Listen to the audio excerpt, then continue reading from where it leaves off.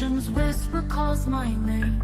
Depth and longing in my soul, seeking more than just this game. Waves crash softly at my feet, echoes in my heart so deep. Eyes on horizon far and true, longing for a love so steep. Deep calls to deep inside of me, where the sky meets endless sea. Heartbeats blend with ocean's roar, seeking depth I can't ignore.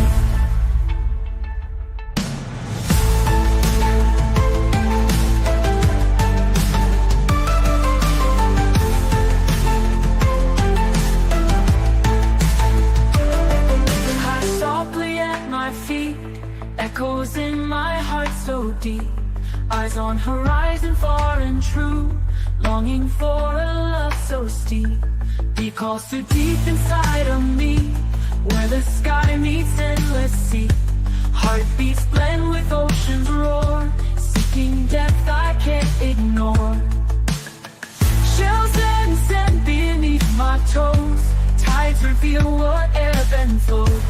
In the quiet still I hear whisper longings crystal clear. Deep calls to deep inside of me, where the sky meets endless sea. Heartbeats blend with ocean's roar, seeking depth I can't ignore.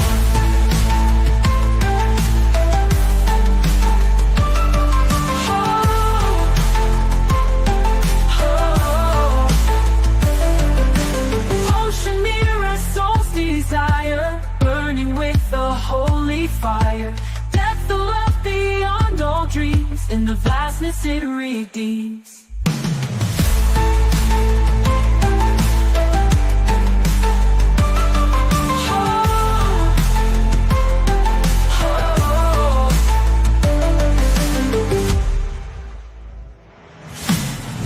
Deep calls to deep inside of me, where the sky meets endless sea.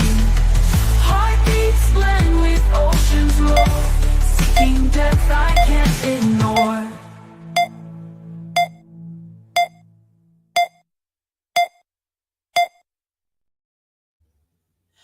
All right. Hey, everybody. We are here because this is really cool. I hit 300 and I didn't think I was going to get like 100, and we hit 100. Yay! Now we're at 300, which is absolutely crazy because it's not even been like, it's been what, 6 months? I think 6 months, which is crazy. But several of the guys on here I invited to come by and say hi are a lot of the reason why I hit where I hit it as fast as I did. So I'm just a chance to say thanks to all of them. And but yeah, it's going to be, I think, a lot of fun, and we're going to talk about some OT stuff, answer some questions if people have them. So if you have an Old Testament question, go ahead and drop it, and I'm sure that all of us will probably be able to maybe come up with an answer. I don't know. We might know, we might not. It's always kind of a guessing game with open Q&A. So but yeah, so I got my start. It was actually kind of funny just to do posting videos for a Bible study that I was part of, because there's all this, they wanted to know all this stuff I was learning at seminary and all this Old Testament stuff as we were going through the book of John. So I'm like, okay, I can just post those up there. Nobody's going to care. The only people who are going to watch them are going to be the women from my Bible study, right? And then I ended up responding to a comment on something that I saw on Steve's channel and wound up on a panel on holiness. And it all just went downhill from there. It's just been a crazy ride ever since then. So yeah, Steve kind of gave me my first start, and got to know Steve because I was modding for Warren for quite a long time. I met a bunch of people that way. And so that's just kind of the beginning of how we got started with all this craziness. And it's just been awesome. So Steve, you and Warren are kind of responsible for this mess. So it's a beautiful mess. we've had a good time. It's definitely. True. I actually got to go up to Canada and meet Steve over the summer. She invaded our church get together and hung out with everyone while some of her family ran around, and Oh, that's right. You marshmallows met and my all crazy that. Haitian family. Yeah, yeah. And so it was a lot of fun. No, and then yeah, so it's just you're the first internet friend Mhm. that I've ever got to meet in person. So there you go. I was the first one to push you into the internet, and you were the first one to meet me off the internet. It's a Yeah, beautiful exchange. it was. It was. We had a good time. We did. We really did. had. Steve is as much fun in person as he is on his channels. So we had a good time with that. And I think everybody on here so far has been on here on my channel with me before. So let's just kind of go around. So Steven, why don't you introduce yourself? And I don't even remember. You and I started talking once. I think it's because you sent me a thing to read your book and tell me what I thought, or tell you what I thought, or something. I think that's how Steven and I met. I don't remember. We met in the chat of one of Warren's videos. Okay. Now see, Warren. Nothing It's good all ever Warren's happens fault. there. It's all Warren's fault. We'll blame Warren. No, and then then we got to chatting, and then you asked me to read your book, which I still have only partway through. I'm terrible. I'm really don't ask me to read your stuff because it takes me forever. I just am so much to read with school. After school, I will be open to reading people's stuff, but right now, while I'm finishing school, it's just realistically not gonna happen. But It's understandable. but but it was fun. I had a really good first talk to Steven offline about his book because I think I had a bunch of questions that gave you a pretty hard time there answering questions about your book. And it's just fun. I've had a good time getting to know Steven and chatting about stuff. We just did, was that yesterday? Good grief, that was yesterday. We did Hebrew, I think. So I'm going to pull Ernie up here. And this is my friend Ernie. Yay. Welcome to the party, Ernie. This is fun. I don't know if you guys all know Ernie. I don't know Ernie. Hi, Ernie. I'm Steve. Steve, nice to meet you. Now, I know Ernie by Swordmaster, but I don't think I've ever seen your face, sir. Yeah, nice to finally, I guess, associate a face then for some of you. Yeah. Lauren's hiding. And for those of you who may not know, since I do go by Swordmaster so much on X and wherever, I'm also into tabletop gaming. So some of you have received some tentative invites from me to join our play-by-post on Discord. All right. So here's Jamie. Kiski is not a party without Jamie. You got to have Jamie. Absolutely. One of my favorite Everyone's people favorite in the world. mustachioed man. That's right. Hey, did you just come back from tying some damsel to the railroad track? What's going on there? Or are you stealing someone's cattle? Like, I can't quite tell. Are you an oil baron? What's going on, man? I got 2 guns, one for the both of you. Hey, I'm your Huckleberry. Shut up, Rudy. Oh, all right. This is Jamie, the you could be madness the crazy. perfect Doc Holliday. Oh my gosh. Although I don't know, with half a finger on that hand, that gun will go flying, and we'd all get one.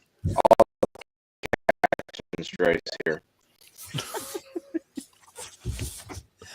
Oh, this is fun. This is fun. All my favorite people in one place. I love it. This is absolutely amazing. All right. And then let's see. Well, who do we have up next here?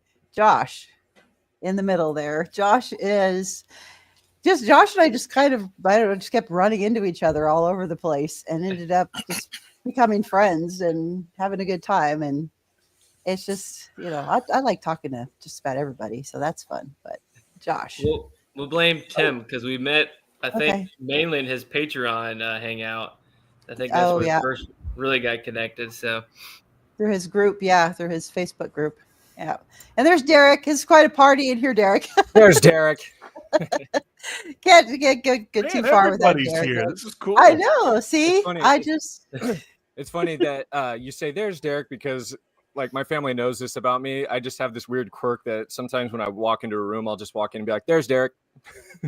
So I don't even need to get you a T-shirt that just says "There's Derek" on it. It's like I don't even need to do my own slow clap, something like that. I feel like the way that you chose violence today on X, that you kind of just did it with whatever post you did today. So just another day on X, right? Yeah. That's awesome. Yeah. All right. So back to Josh. We were talking about, we met in Tim Barber's group and became friends, and you've been on a couple of times on here, I think. Doing a couple things, I think, if I remember. I don't know. I'm starting to get to where I'm losing track. I've been doing so many things now because I'm doing 2 channels. It gets even crazier trying to keep up with everything that I'm doing and school at the same time. It's a lot, but it's a lot of fun. So, and then, yep. And then Ernie, actually Ernie, that's one of the most interesting stories of the group here, because Ernie and I actually met and became friends when I made a comment about something and he took exception to what I said and very politely responded, very politely took exception to what I said, which got my attention because it was very politely worded. But I was like, oh, okay. And I responded back as politely as I could. And we just started dialoguing after that and just become friends in that whole exchange. So I was just really impressed with the way that Ernie took issue with what I said, but nicely and politely pushed back, and it turned into a really good dialogue. So, but that's been great. And trying out doing Ernie's game on Discord has been interesting. I'm really slow because I'm really terrible at it, but it's fun. Well, you got a lot of pots on the fire as well. So I do. So Ernie, why don't you tell everybody a little bit about your game, because it's kind of cool, actually. Okay. Well, so most of you probably have at least heard of like Dungeons and Dragons, so you know what tabletop gaming is. This is a labor of love of mine. I was a video game designer for Sony Online. I worked on Star Wars Galaxies, and so I have some professional game design experience. And I have a lot of tabletop experience. And there's just a lot of things that I was seeing with the rule system that I didn't like. All of the rule systems that I've played, they were always so limiting and always very frustrating for me. And so I began working 8 years ago on my own system. And we finished the Player's Handbook finally at the end of last year, and are ready to go where my company's in pre-seed. We're about to go up on Kickstarter, and I'm in the middle of the Creature Codex and writing several modules for people to learn the game to play through. There's one that's already live that you can get on drive-through. But the idea of this game is there's no levels, there's no classes. You design exactly the character you want to play. It doesn't matter what genre it comes from. You can pick, like, you want to play Superman versus Goku, you can do that. Legolas goes on an adventure with Luke Skywalker, you can do that. The system allows that kind of crossover completely seamlessly, and you really do get to build exactly the character you want to play in that type of gaming situation. So and every person that's played it, and I'm getting more and more that are interested. Every person that's played it have said that it's a tier above what Dungeons and Dragons does, especially now with all of the woke stuff that they're introducing into their content. So but we're gunning for them. That's what we're shooting for, is to take over from Wizards of the Coast. And all of our stuff is clean fiction too. That's a huge part of it. Everything is of the quality of like if you look at the Lord of the Rings movies or something like that, that's what we're aiming for in terms of our cleanness. So, well, and I imagine it's not going to be as politically correct, if that's how you want to. I don't know. No. I don't know anything about Dungeons and Dragons, but I did hear about recent stuff about, like, if you're triggered by something during the game, you got to, like, raise up your hand or something like that. I feel like you should be able to cast a spell if you're triggered, but I feel like you should make that an in-game option. No, we're avoiding all of that. We're not trying to be preachy or anything. This is not like a quote unquote Christian game or anything. It's just fun, old school fantasy storytelling. But we're completely ignoring or being out of all of the politically correct and trying to, you worry about your feelings. You be responsible for yourself. And we're just here to tell good stories. Now, Ernie, are you going to have something like an OGL to where people can do expansions themselves to it, or is it I would love to do that. Yes. I think that would probably be one of the things, especially here early on, that would help get the game out there, is people being able to write their own material and stuff. And, you know, if they end up writing a bunch of hot garbage, fine. I mean, it's not officially under my company's name. So I don't care. That I'll let them play. That's the whole thing about this, is we've given you a framework, you run with it. So yeah, if we do open gaming license, go, you know, whatever you want to do. It's called Heroes Guild D10. I'll put it up in the link if you want to see the website. Because that's how you really build a community, you know, is letting people play around and create a sandbox. Yep. So I put it in the chat. So. Yep. All right. And let's see, who are we going to pick on next? Well, Derek, he's the last one to show up, so we'll pick on him next.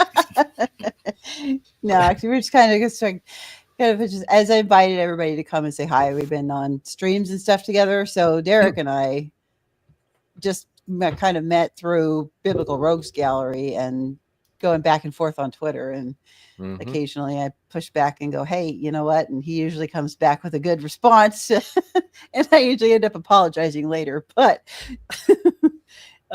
it's been really interesting and a lot of fun to get to do Biblical Rogues Gallery together, and surviving Pritchett, who talks more on the internet than anybody except maybe Mike Winger. But I think that would be an interesting contest to see who talks more, Pritchett or Mike Winger. But anyway, we've been having some fun on Rogues Gallery, that's for sure. Oh yeah, thanks for stopping by. Really I was happy to stop by. I mean, I was finishing because I don't know, I was making ramen noodles and I was eating them, watching this, and I saw the spaces filling up fast, and I was like, oh, I gotta pop on before, like, you know, because this has like a 10-person limit, right? So yeah, get in on this first. So I downed that, got my drink, and I was like, all right, let's do this. So did you run your 5 marathons before you did that? I did run 10 miles today. Oh, okay. All right. So a little short of that, but yeah, no, it was a good day. Just keeping, you know, you were talking about class and stuff, and it's like I'm taking a class at my church too. So I'm reading Melissa Doherty's book that she sent me. So I'm reading 4 books right now, and I'm trying to catch up and do all that. So that's why I've been busy. But I did want to pop in and say hi and congrats on the 300. And I can't wait to visit you again when you hit 3,000. I don't know about that. Although I didn't think I'd get to 300 either. So although Nick has decided I'm going to get to 1,000 by the end of the year, but I think that's crazy. No, Derek, when do we get some Skillet videos, man? Dude, I apologize. I have slacked. I have it written out. I just haven't done it. He's got to get on that date with Jen first, and then the Skillet videos will be good. Dude, who was it? Dr. Theologician, I think it was. On Twitter, he messaged me and he was like, hey, I'm going to Winter Jam. I'll put in a good word for you with the drummer. Take Jamie with you. I hear he's single.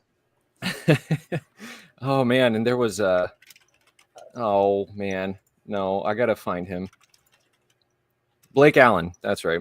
Blake Allen on Twitter also. He made a post yesterday and he tagged Jen Ledger in it. I'm like, what? Y'all are my wingmen. I love it.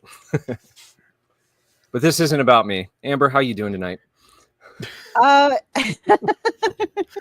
I am. I'm sorry. I had to stop the Skillet train because I will not stop talking if I don't. So, I am actually doing fairly good. I mean, sorry, think about that. Actually, a little harder than I should have, but I was like, yeah, that was a slow answer. Well, I've been like fighting off a cough for like 2 months now. And I remember that. Yeah, that's on the no stream. bueno. She's also fighting off that one class she's in, so there's that. Oh too. Lord Almighty! What's the class? What's the class? New Testament interpretation, which right there, it's automatically horrible, and I don't like it. But it's very broad. Because she has to actually do work and read, and normally she just doesn't. Normally I just know, but yeah, in this class, we had the first assignment we had to do was an article review by some guy, Segovia, I think, Fernando Segovia.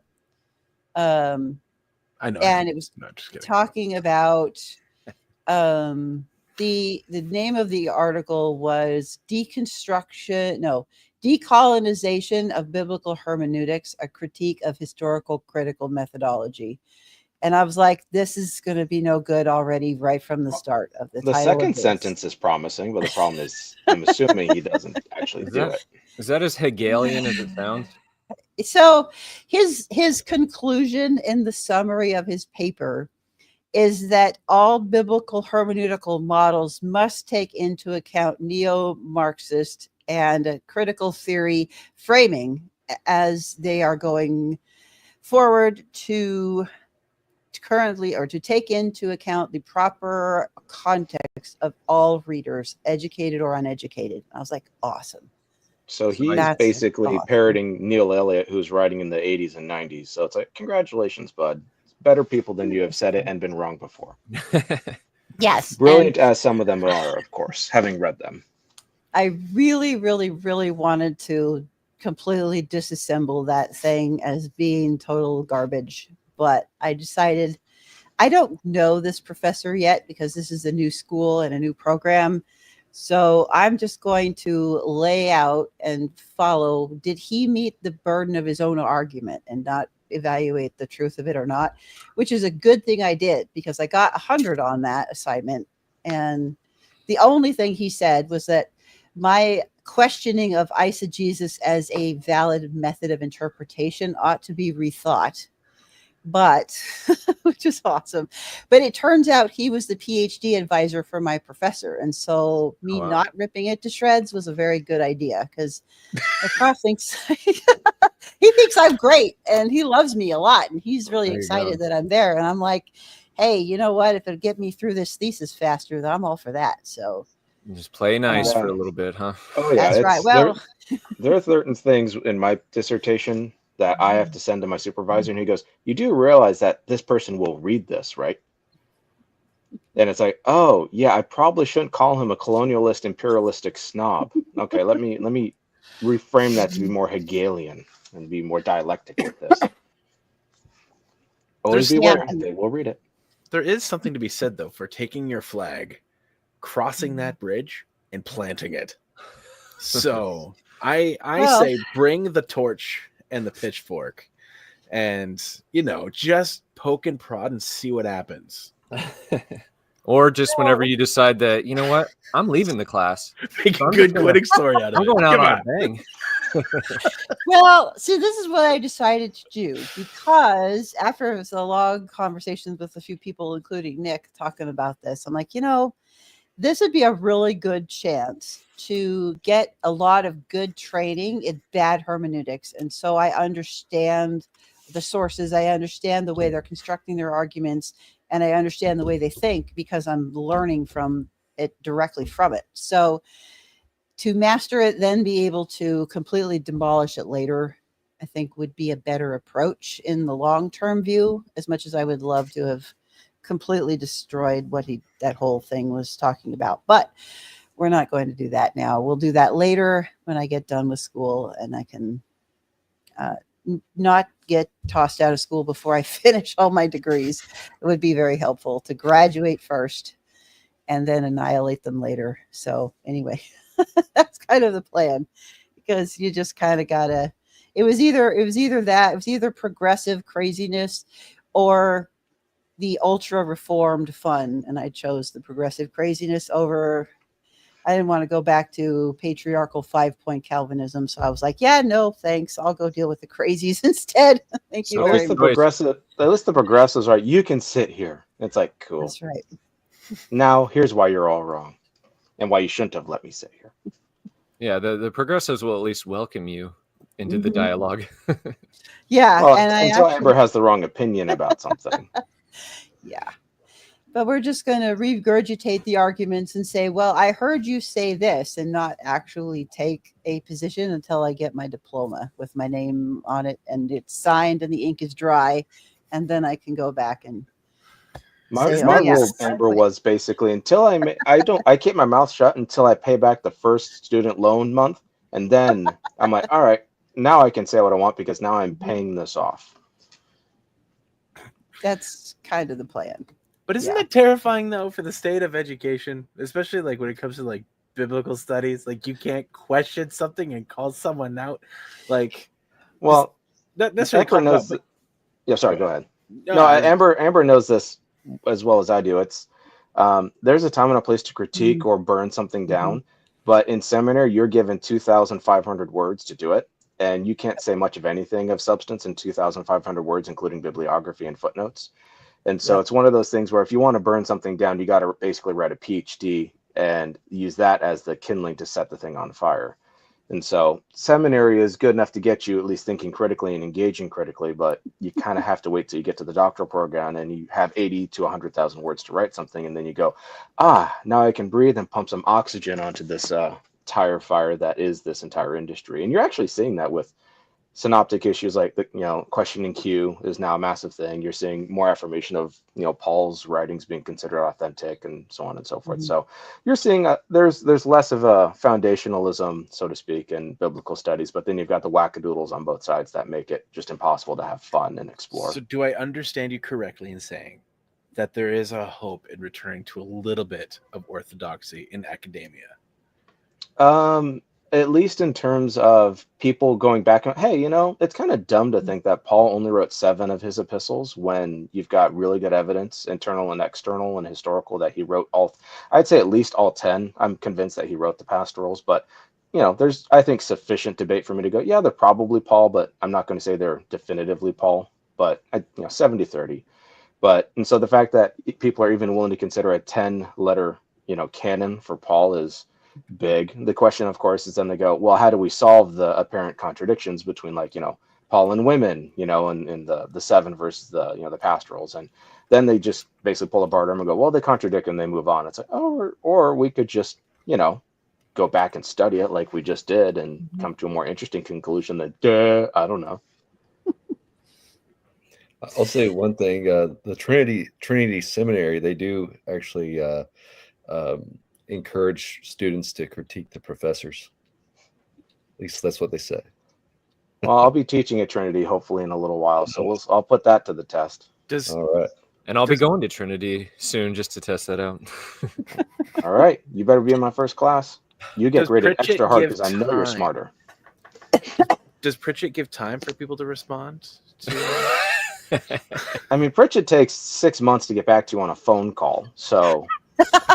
That's because he's still talking on stream.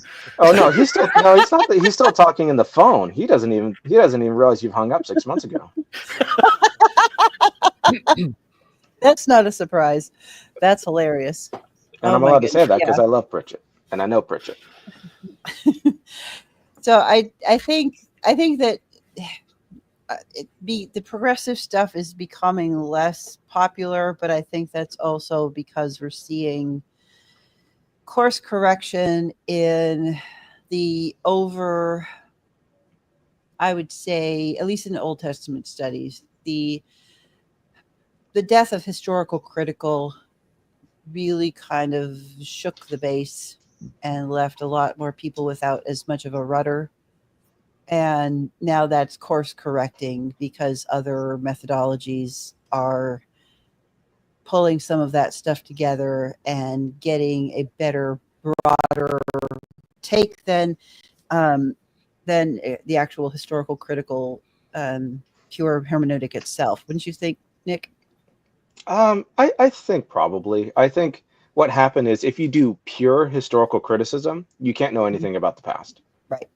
And you're just kind of left with, well, a thing may or may not have happened. And that's why I joke with people. It's like, if you want to see pure, unfiltered, Everclear style, critical scholarship, go look at the Jesus Seminar, where they basically can't even decide what sayings of Jesus are authentic or not.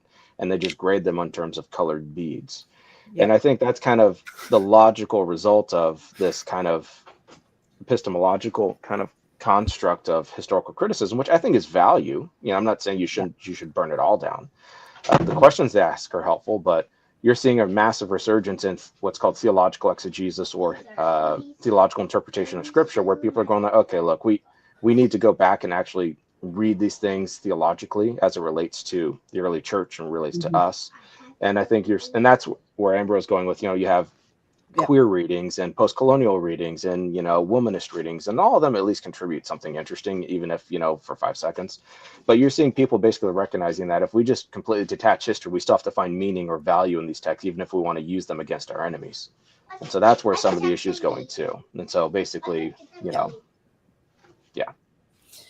Yeah, and I think, like, as I think going forward, my thesis, I think, is going to be focusing on the interplay of the ancient Near East thought and Western thought, and how canonical narrative is a good bridge between, because of the ability to tap into the narrative and storytelling, because there is a lot of power in storytelling. So in understanding the story, you have a bridge between the Western mind and the ancient Near East mind to have a better contextual overview. And then the PhD is going to get even more fun into digging into the questions of doing the canonical narrative, whose canon do we use, and get to wade into that argument, which is a dumpster fire in and of itself. So whose canon do we use, Amber? Well, that depends on who you are and who you think is right about that. I'm not weighing in on that question. I don't know enough about it. Come on, that could be an Old Testament reference question right now. We should dive into it. it's more of a New Testament question of how the Old Testament was used, but, you know. Yeah. Shut up. Well, there is the argument between the Targum and the Masoretic text and everything that was going on there, but then you get into patristics and the whole argument of it's a swamp that we really just don't have the time and the bandwidth to get into that at all, because you get into and then you got the Catholic canon, and then the Orthodox have their own version of is there a canon at all or not, and that's a whole big sinkhole of a question to chase down that rabbit hole also. So it is a very complicated question, and so you're saying the Orthodox don't have a canon?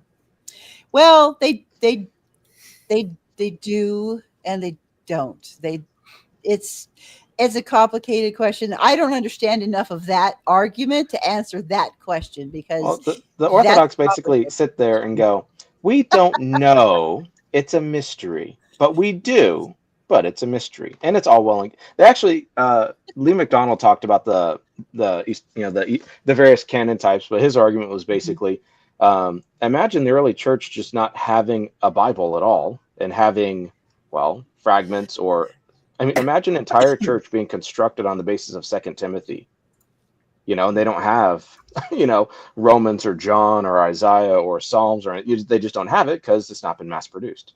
And so even the question of I'm reading a book on canon development right now, and his basic point is, what were the authorities in early Christianity before there was a Bible?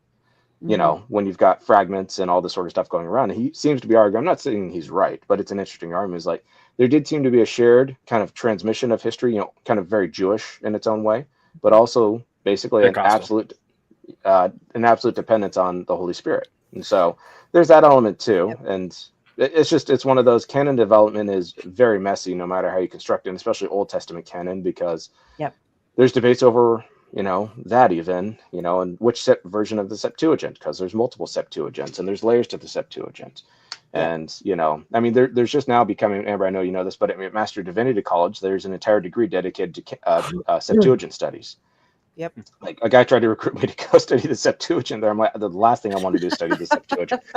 So, Old Testament text criticism is a burgeoning industry, only because no one has really done a whole lot with it. So it's, I don't know, it's a good time to go get a PhD if you want to major in the esoteric and owe a lot of money to Uncle Sam afterwards. Yeah, I'm not getting too into that, because that is kind of outside of my realm. Chicken. Hey, you know what? If you want to go get a PhD in that, you go right ahead. You can wade right into that dumpster fire if you want to. I have to interact with it just enough to make a case for a canonical narrative matters. And to do that, you have to address the issue of whose canon are you using. So that's as close as I get to that argument. I don't want to fly into the sun on that one. What about Deuteronomy 32:8? Is it sons of God or sons of Israel? What did Michael Heiser say? Let me look at. Let me pull that up. Hang on. He was very much on the sons of God. I hear he's a polytheist and wasn't really a Christian. So, I mean, can we just should we just All throw right, him in Derek's hell gonna already? make a 7-part series. I mean, if you think about it, he didn't know Hebrew. I mean, I think he got his bachelor's degree in like media and his, he's got a second bachelor's in lesbian dance theory. So I mean, can you even trust a guy whose last name is Heiser and he's not even German? Like, I mean, this whole thing is just, I think Marcia is right. Derek, I'm sorry, you gotta repent of your idolatry here. Deuteronomy what? So it's 30. And by the way, I'm kidding for those who want to clip that. 32:8. The better question is, who is the gods that ye are gods? That's what I want to know. Sorry, go ahead. I actually have a video idea I'm about to put out now on this whole thing. Amber, I want you to know that I Make am it pure Babylon B staying out of satire. this conversation. What? I said I am strategically staying out of this conversation. Well, and that's actually, let me see. Let me look into that because that's really interesting. Is that a Dom? Let me look at that because this says sons of. You got. Oh boy, I think it comes down to is it sons of El or sons of Yisrael, something like that. Yeah, 32 because you got sons of Adam up here. Let me open the Hebrew. Hang on. That's really so while she's digging that up, what's the significance of this? Because I'm totally aloof. I'll be honest. So sons. Oh, Derek, you know this. I've talked too much. Go ahead, Derek. Well, I mean, it's kind of like, from what I understand, certain manuscripts will say one, certain manuscripts will say the other. Significance is, well, I mean, that's what Heiser tags this whole divine council world. Not the whole thing, but it's a crucial text, dividing up the nations according to the sons of God versus Israel. And sons of God taken to be supranatural-esque figures or lowercase gods or demonic-esque entities, or we might say intermediaries between God and us, which of course gets interesting. I'm not actually looking to open that can of worms. I really was just curious if she had ever looked into that little discrepancy there. No, see, Derek, I just believe the Bible, and I mean, if I believe in God, I can believe in little so-called gods that God's going to destroy later. That's not weird. We're all gods here. Come on. Really interesting. 32:8. Really, that's Zoomer of you. really interesting. Wow, I just sent her on a little rabbit trail. Yeah, just totally sidetracked my whole entire brain here. This is, but okay. If it is humans, wow. is it for women? Okay. Well, oh my goodness, Derek, that is just you're my favorite person today. This is awesome. So he never hears that, so now he's happy. No, I need validation in my life. Yeah, you can't see it now. There's no chair underneath him. He's literally floating.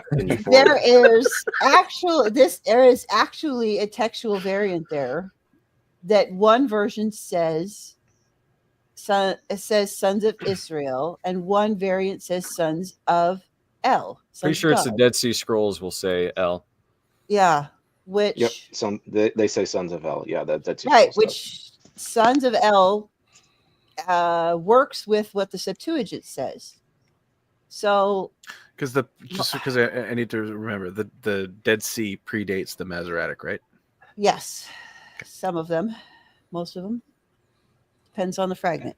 And it shows fairly strong continuity between what we now call the Old Testament. Not, as Wes Huff said, perfect or identical, but I mean, 95%, give or take. Well, because isn't like a third of Jeremiah not in the Dead Sea Scrolls?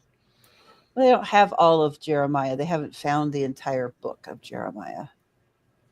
We only have. We don't have. Yeah, we don't have entire sections of. Like the Dead Sea Scrolls are. There's fragments of some of the books. We only have enough to verify parts of them. But what's missing of Isaiah?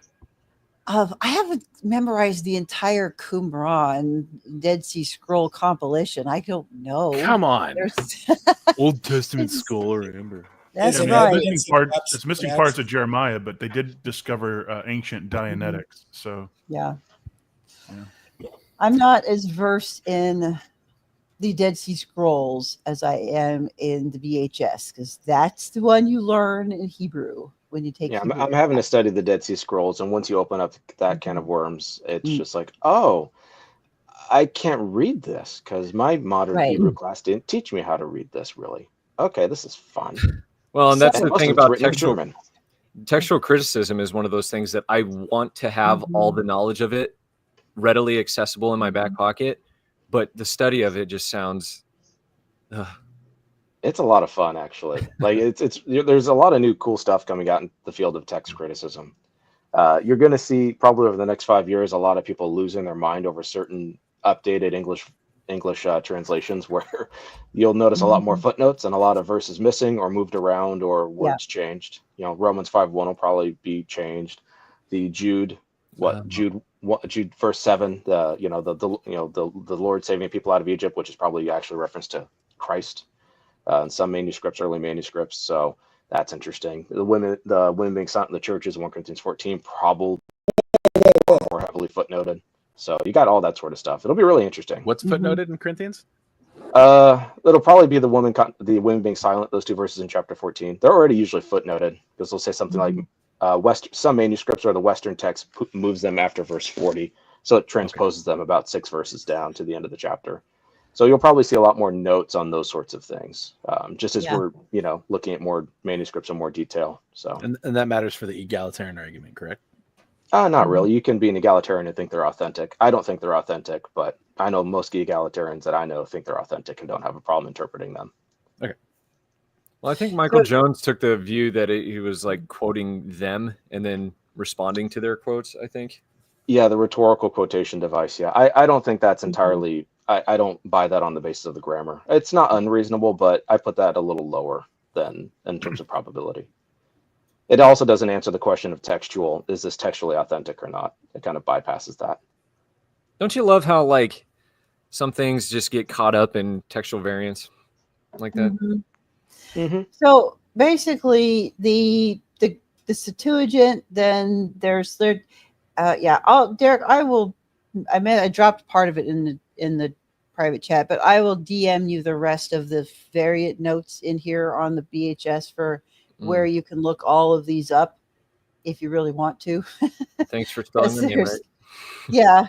That I always try to spell your. I pay attention. I try to pay attention most of the time to that kind of thing because that's important. So, my intuition would be to say that is probably sons of God and not sons of Israel, because most of the variants lean that way. I don't know why the BHS decided to go with sons of Israel, but they did. Later scribal edition, something like that, probably. Could be. Or you have the majority text too, so there's that element. And it is difficult to adjudicate between all of those because they do go back into kind of the ether, where we don't have stuff, but we know it exists. So, I mean, for example, and Boss, I think you know this too, there are certain manuscripts where they just kind of have a variant reading that arises out of nowhere. We can't find a predecessor manuscript that has that reading, but we know it exists because they actually changed it on the basis of a manuscript we no longer have that probably is hundreds of years before. And so it's one of those where it's like, well, this person wouldn't change the word of God unless he or she thought it needed to be read this way. And so the fact that they changed it tells us that they believe they had good reason to. So, but we just don't know the evidence they had in front of them. We just go, well, it's lost to the ether of time, and by God's grace, we have what we have, and just be humble and, keep studying and keep learning.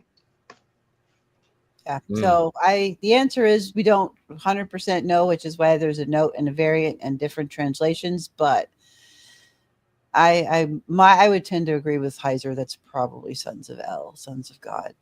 Dun. On that note, I do have to pop off. But all right. Well, thanks for stopping by. It has been a pleasure seeing all your pretty faces, even you, Warren. So especially me. The hair is growing out much nicer now after that bum haircut. There's a lot of really good beard game on this stream right now that I'm very envious of. I'll say that.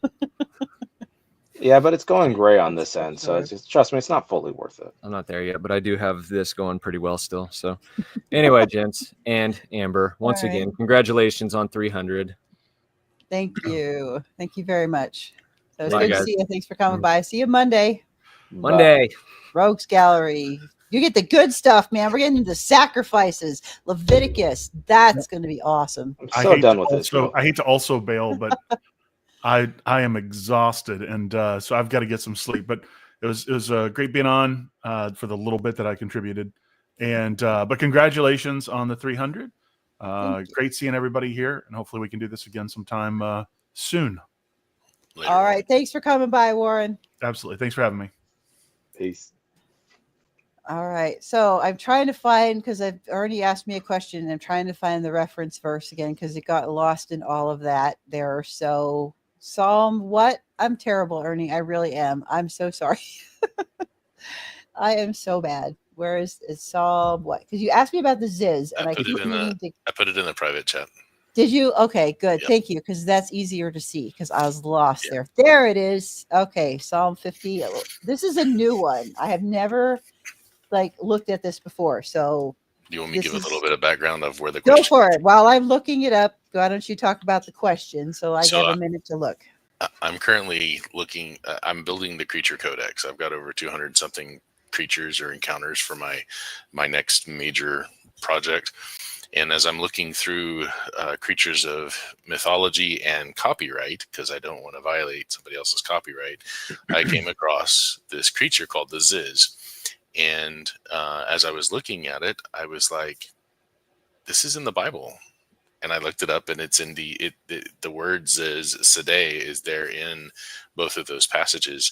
And when you look at it, because I'm a young earth apologist, I'm a physics teacher by trade, and so I've done a lot of apologetics work, and Behemoth and Leviathan of course come up in conversation.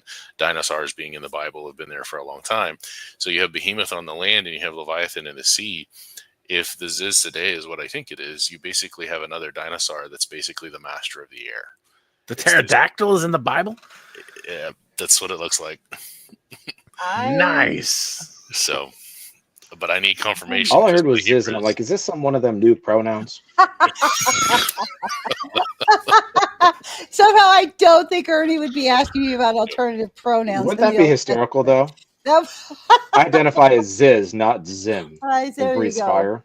Oh my gosh. When its hair changes color.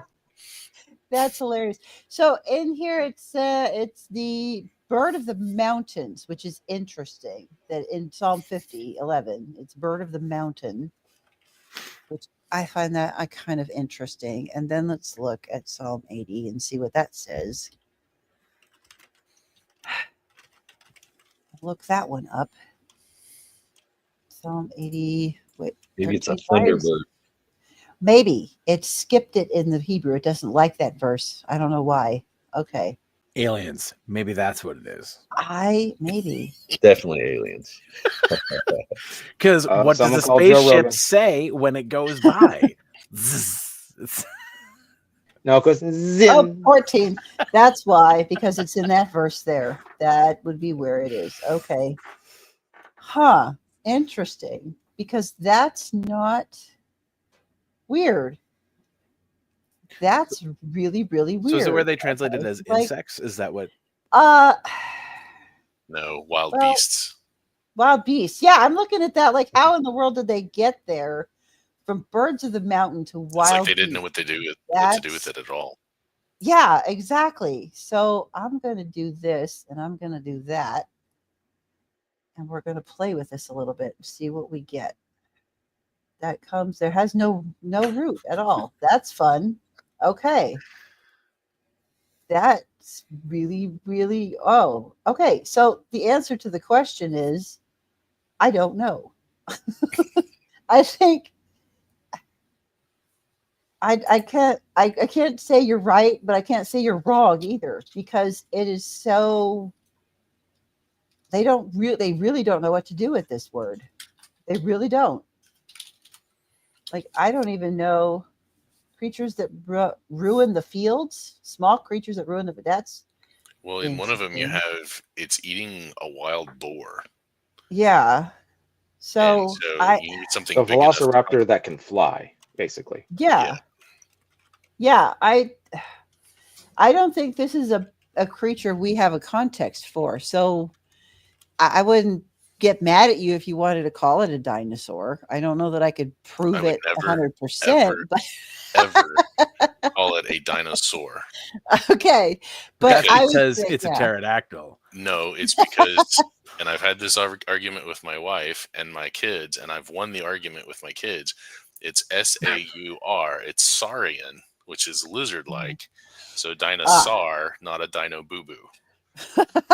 And so my kids and I all pronounce it dinosaur, which is correct, not dinosaur. Well, either way you want to pronounce it. Any argument worth winning is an argument worth winning. Keep your head up, King. There you go. So either way you want to pronounce it, I wouldn't get mad at you if you wanted to call it that. I would. I don't. As long as you don't say Barth instead of Bart, like that sort of stuff, that'll get you stoned in public. That's true. But Amber lives in Oregon, so getting stoned in public is pretty normal. That's also true. I appreciate Andrew's comment in the chat there. Can I still be saved and not know what a zith is? Absolutely. It is not a requirement of your salvation. Hey, Jalen. Jalen's here. This is one of the FUA crew. He was I tried to get some of these guys to show up, but Jalen showed up here. This is he's the newest member of Faith Unaltered. So is really not, his work on Cosmic Corner with Josh Davidson. Those two are awesome pair. So definitely check them out. They are really, I'm really enjoying Jalen. But yeah, I don't know, Arnie, if it's a dinosaur or not, or a dinosaur or not. Either way, I can't prove it yes, or I can't prove it no. So call it that. Go right ahead. Put it in your creature system as a yes. Already in there. See, actually, but Celtic Spirits Coven, there's like early church writers that actually have talked about things that are like giant lizards in the sky. So to suggest that they died off in the flood, it's not. Nope. Should I bring up my sovereign tulips creature? No, we don't want to get. From the foundation of the world, basically. No thanks. No. You look into its eyes and it determines your every step. My mercy is limited. Oh my gosh. You guys, what a bunch of jokers. This is what I get for having all of you on at the same time. I brought this on myself. And it's sitting there with like just holding a beer. And it's like a cigar.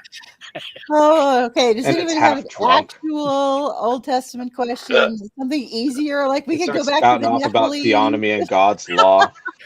and then its words start slurring halfway through. And you just got 17 kids and thinks you should have 18 more. Like just And the only way you beat it is it just has to keep going until it passes out. Sorry, Amber. This he's not kidding. That's for sure. I sure did. It's fun though. Y'all are a bunch of fun guys to hang out with. That's why it's so much fun for me. Even though you're all a bunch of weirdos, but I love it. Trouble. Couldn't be of it anyway. Not. Trouble. Oh boy. Yeah. There we go. Now that we're here, may as well make the most of it. Richard Endor? Oh, what? My goodness. It's Samuel. I think that's Solomon. That's Solomon. Hopefully, did I say that out loud? I don't know. Oh my goodness. I have a question for you. Okay. What would you when Jesus said when he told them that? Oh, stop right there. You're in the New Testament. That's the New Testament. Forget it. Well, it'll relate to the Old Testament. Okay. And it can assist you. Okay. Nick's here. He can handle it. Yeah. What did Jesus mean when he showed them all the things in Moses pertaining to himself? How should we understand that? Chapter, verse. Where is that at? In them you think you have eternal life, but these are they which speak of me. Which John would be in 6, John. Help me, Nick. A question without a proof text is a question that will not be answered. I have spoken.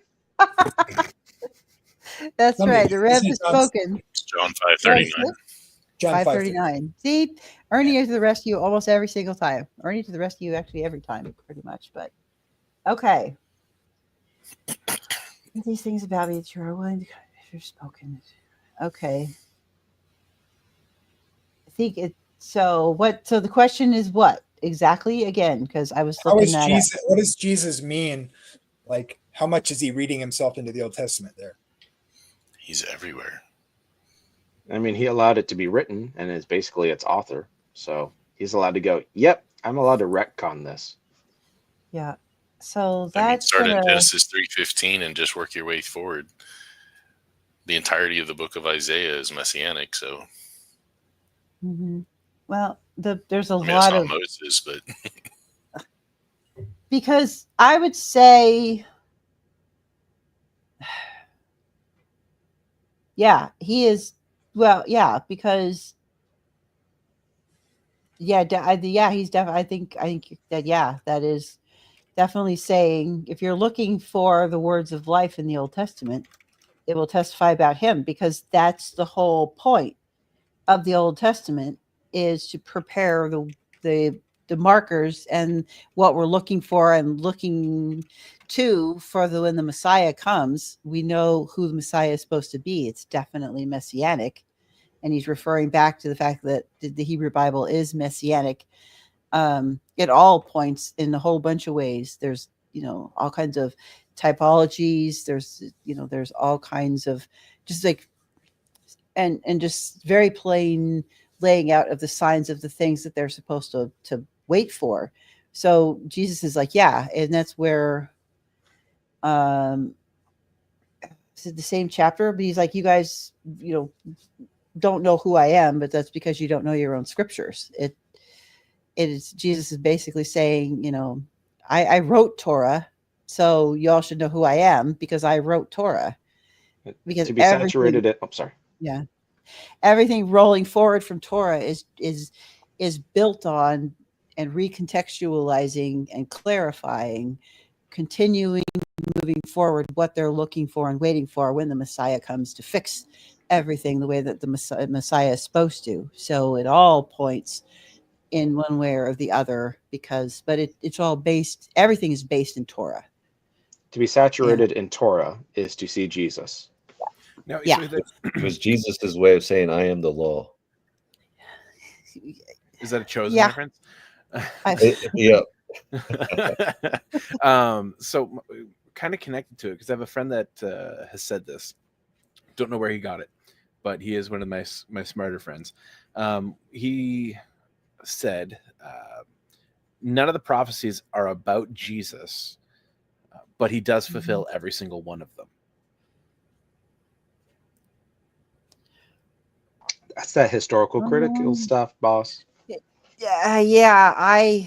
Oh boy. So then you got to get into the arguments of Christophanies and theophanies and narrative themes. And I used to be more in that camp myself too, but there's a few things I think that are missing in some of that because I think we have a tendency especially if you've been raised and have learned historical critical, to see it in the limited. And so Isaiah. Well, and that's his thing is he loves Isaiah, right? And he's like, he sees Jesus obviously in all of it. But specifically when you get like caught up in Emmanuel, right?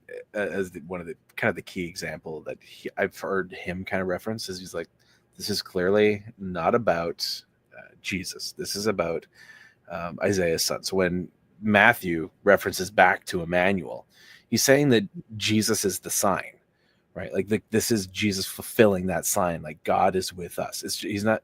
Isaiah wasn't prophesying Jesus. He was. Am I making sense? You're making sense here, but that is. I don't think that they take that quite far enough. I think that really. I don't. I personally, and from what more of a canonical narrative, when you're following those messianic themes, I think that because prophecy is both descriptive and prescriptive, to describe the coming Messiah, either just descriptively or prescriptively, he has to have seen the Messiah. So these guys had to have had some more than just, this is a blade of the generic who is coming. It's all on a different levels, all of it. Isaiah would have known who Jesus was, I think. I think that all of the prophets in those prophetic books, the later prophets, would have known who Jesus was by what they were describing. And the former prophets would have known who he was because they are the typology that the later prophets are referring back to as the types of the references to the Messiah. So they would have seen the references in themselves and the other former prophets that came before them. So I don't think so. I think they would have known who Jesus was. All right. Because I just think it's too there's some of it is just too specific to not know, and there's too many patterns. It is as my friend Troy says, there's too many fractal patterns all over the place that nuance that repeat over and over and over again who Jesus was too clearly to them not have known who he was. Did David know he was talking about the Messiah when he said that? And when the way Peter argues for in Acts 2 about, the Lord said, "Sit at my right hand." Like, do you think David knew that he was talking about the Messiah? Wait, David is in Acts 2? Wait, one question at a time. I was just looking at Ernie's Psalm 110 used in Acts 2, right? And how Peter uses Psalm 110. Was it the coronation hymn? Although I feel weird classifying our coronation Lord gives song. dominion to the king. Yeah, that's because it seems to just saying it's talking about Jesus straight up, but yet it has to be argued. Okay, so then let me turn to Acts 2. So you're getting into New Testament stuff here. We're not doing Sorry. New Testament. It is. Well, I mean, Psalm 110 is literally their favorite psalm. So Paul uses it all over the place, or alludes to it all over the place. So because because you've got you got the reference to the order of Melchizedek, which we definitely know that the priesthood is moved from Aaron to Melchizedek in Jesus. That's just a thing. Ezekiel 37, because everything goes back to Ezekiel 37, just because I like that chapter. It's my favorite chapter in the Bible, so I say that it is. And that's that flag planning I was looking for. No, because I would say that because David is a type too of who the Messiah is supposed to be. And I think that David knew that. I think that as he's that there is messianic language in here. So yeah. Like, what? You're just okay. Leviticus is greater than Ezekiel. Hi, Phil. How you doing? Phil, well, Phil, I just Ezekiel and Leviticus are definitely a tie, but because I love Ezekiel narrative, I love okay. I mean, the problem with Leviticus is it's just in the wrong testament. Yeah, well, it is the book of Hebrews, so it's in both testaments, because the book of Hebrews and the book of Leviticus is basically the same thing. They just actually use the word Jesus in Hebrews, and they don't in Leviticus. It's the same basic thing. And so, but because I say Ezekiel's better, it's better. That's just the reason that it is, because it's so much more fun, because you get into visions and weird stuff, and it's just as much fun. Yeah, just ignore the Aussie down there. We got I think it's clever. I'm not gonna lie. I disagree, but I think it's clever. I know. Yeah, I love. Without Leviticus, you wouldn't have Ezekiel. So there is that. I have to grudgingly actually, give Amber, him if that I can much. just correct but you, no, without God, you can. just so you know. Well, God wrote Leviticus, and then Ezekiel told them why they were violating Leviticus. So, yep, Ezekiel's better. No, I win. It's my channel. I win. You can win on your channel. I get to win on mine.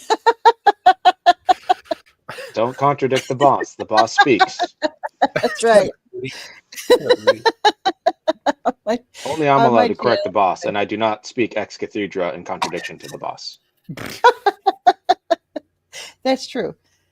Nick is on a very short list of people who are allowed to correct me, and that's about 3 people on that list, and the rest of them are on here with us. So I just know the answer is Jesus. So oh, yeah, okay, that's fantastic.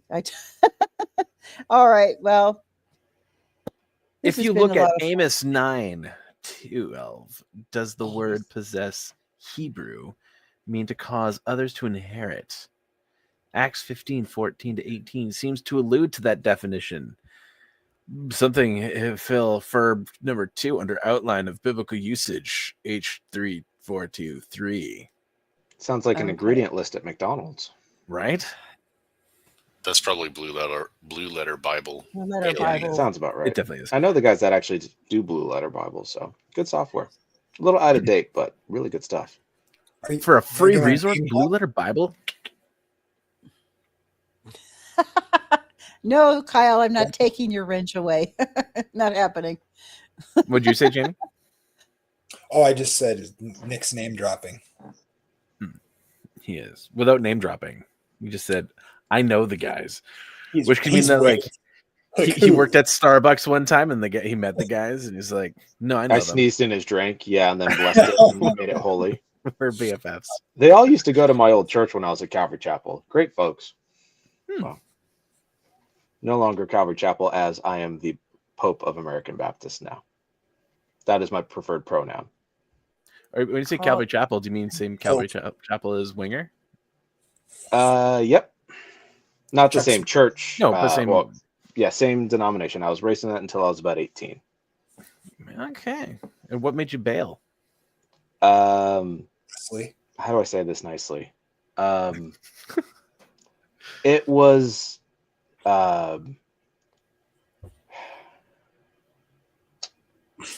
among many things. It was a deeply unpleasant place to be for those who are looking to think theologically and are willing to talk to people that they disagree with and learn from them and even change their mind.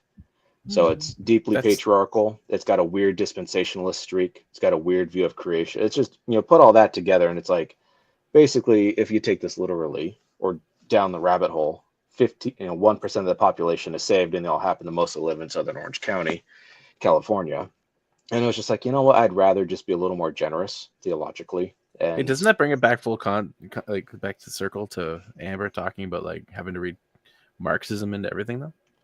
Yeah. Oh yeah. I went to Fuller. I read plenty of stuff on whiteness, and I read liberation theologians. I learned a lot. I'm happy to steal from the liberals if they say something right. Which is what do you very mean rare. weird? What do you mean weird on creation exactly? It's not even young Earth creationism. I think they're probably not even comfortable with Ken Ham, because Ken Ham is willing to at least say some old Earth creationists might go to heaven. They I think wouldn't probably be as comfortable with that. Well, I mean, when I brought up questions I had, I basically was told to not ask questions, and I was like, "But I have a Bible in my hand. What do you mean don't ask questions?" And that kind of sealed that for me. So that's a really interesting question, because this Amos 9 question, because it could be both actually taking possession, because Edom is of the line of Esau. So he was not completely disinherited. He was given a blessing and was given as a child of the line of Abraham, was included in the promise and was supposed to be brought back in. So they would be taking the land and taking the inheritance, because the part of the land is the inheritance, but it's also the inheritance of the promise of reconciliation that's given through all of the family of Abraham. So it could go both ways, actually. So that's one I would say both. Come on, pick a side. No, not on that one, because you can go. You could go both ways pretty easily on that. Which, when Hebrew does that, it wants you to wrestle with that. When Hebrew wants to be definitive, it will definitely be definitive. The language doesn't want you to wrestle. Oh boy, it sure does. Hebrew loves for you to figure things out. Hebrew loves metaphor. It's an archaic language that you need to figure out, Amber. You know what? I'm going to kick you right out of here, Steve. The Greek fixed everything. I think Hebrew's problem is that there's no Shebrus. There's a bunch of patriarchal gender stuff in the grammar of Hebrew. Should recolonize it. Take it back, Amber. We need to bring some matriarchy into the text. No, we don't want to do that. No, but Hebrew, when it goes like this, it wants you to think about it, because Hebrew, the way that Hebrew has a personality, and it does. Hebrew has a personality. It has many personalities, which is a problem. That's true. Hebrew can be a little whimsical. It can be a little out there and can be very indecisive, but it does so with intention. Because so maybe there's truth to the Shebrus thing.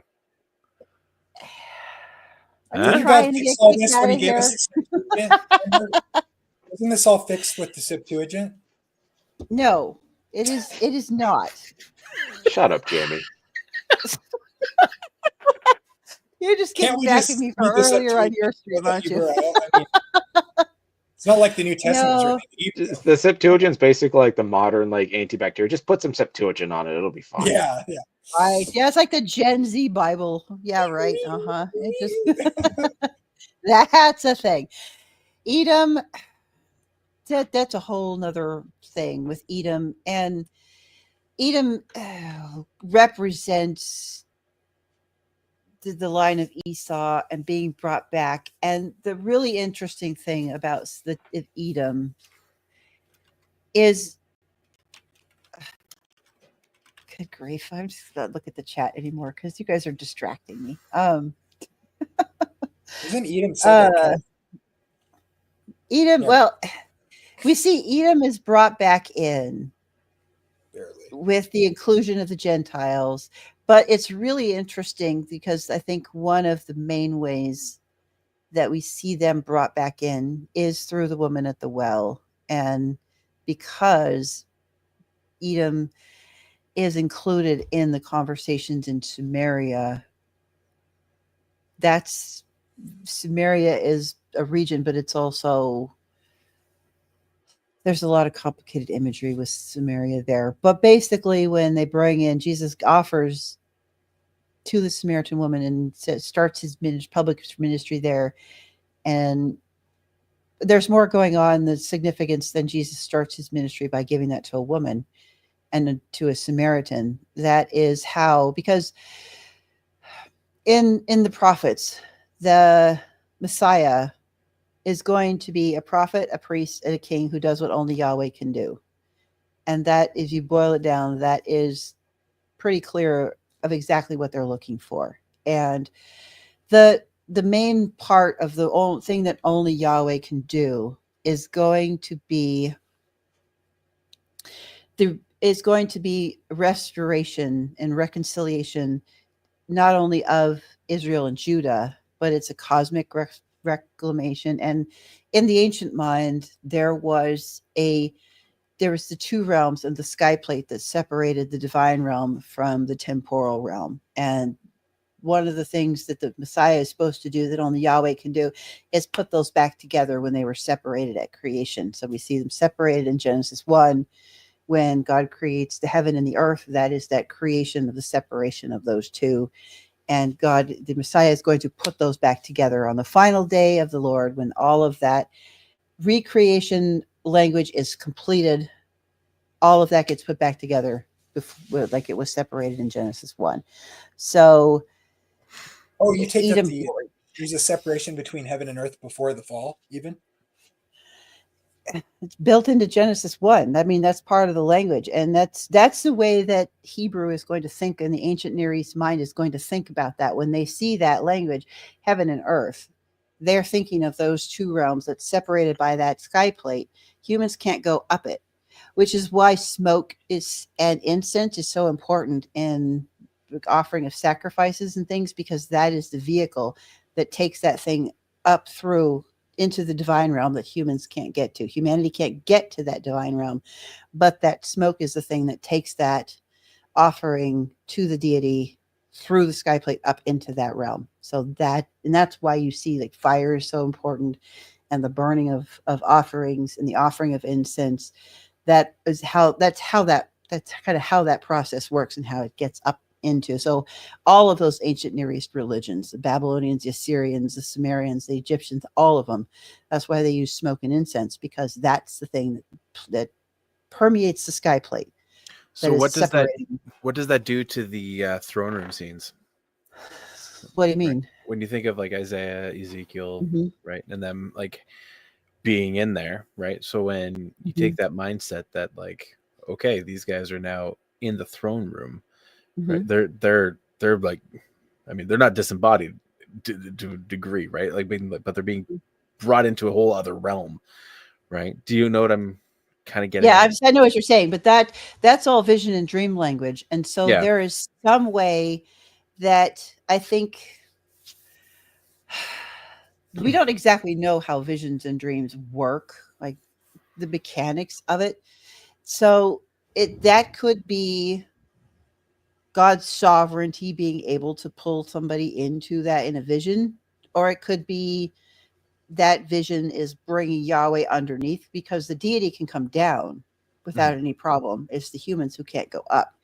So the vision could be God's interacting in a sacred space, or it could be in a whole nother realm that we just don't even understand because we don't have. Hey, Ronnie's here. Right on. Hey, Ronnie, how you doing? Hey, how you doing, Amber? Hey, Jump what up, in Steve? and Good to see you, man. point in time. And good to see you, friends of Amber. This is Ronnie. He joined me a couple weeks ago and did really epic space episode. So he talked about telescopes, explained how those worked, explained how like the Hubble and the other, sorry, I can't remember the name of the other telescope that takes all those cool pictures and how they make all those cool pictures, and showed us some really amazing star stuff. So he's coming back next month. I'm so excited. I can't wait. Going to come back and do another one of those because it was awesome. Sean's going to join us there, causing trouble over in the chat like he always does. Anyway, maybe he could answer my question that I asked you and Nick that you didn't answer me. My turn to ask a question. You've asked too many questions. Now you guys just totally derailed me, and I'm not even sure where I was going with the answer. You answered it perfectly, boss. You're good. It's something Old Testament, something solved. Okay, yeah. Blah, blah, blah. Hebrew. Blah, blah, blah. Ezekiel 37, blah, blah, blah. I'm right. Yeah, there we go. Don't make me kick you. All right, but this is a mildly serious question, but it's something I've been thinking about, and I don't have the capacity to go back and rewrite my book or anything. But if someone were to come up to you and say, okay, I'm not paying you to affirm this view, so you're not being paid, this is not paid per view, kind of thing. But do you think you could read the Old Testament theologically, canonically, all that sort of stuff, and believe in the Wesleyan or the Eastern Orthodox version or the Nazarene view, all that, the similar views about, say, theosis or entire sanctification. Those Old Testament visions of holiness, and I'm being intentional when I say visions, because there's, it's not that they're in competition, but there are nuances to them. Do you think the Old Testament is coordinate with the New Testament vision of entire sanctification, at least as a calling for all of God's people to move towards, even if it's not something we all are gifted, probably is the better way of saying that. What are your thoughts?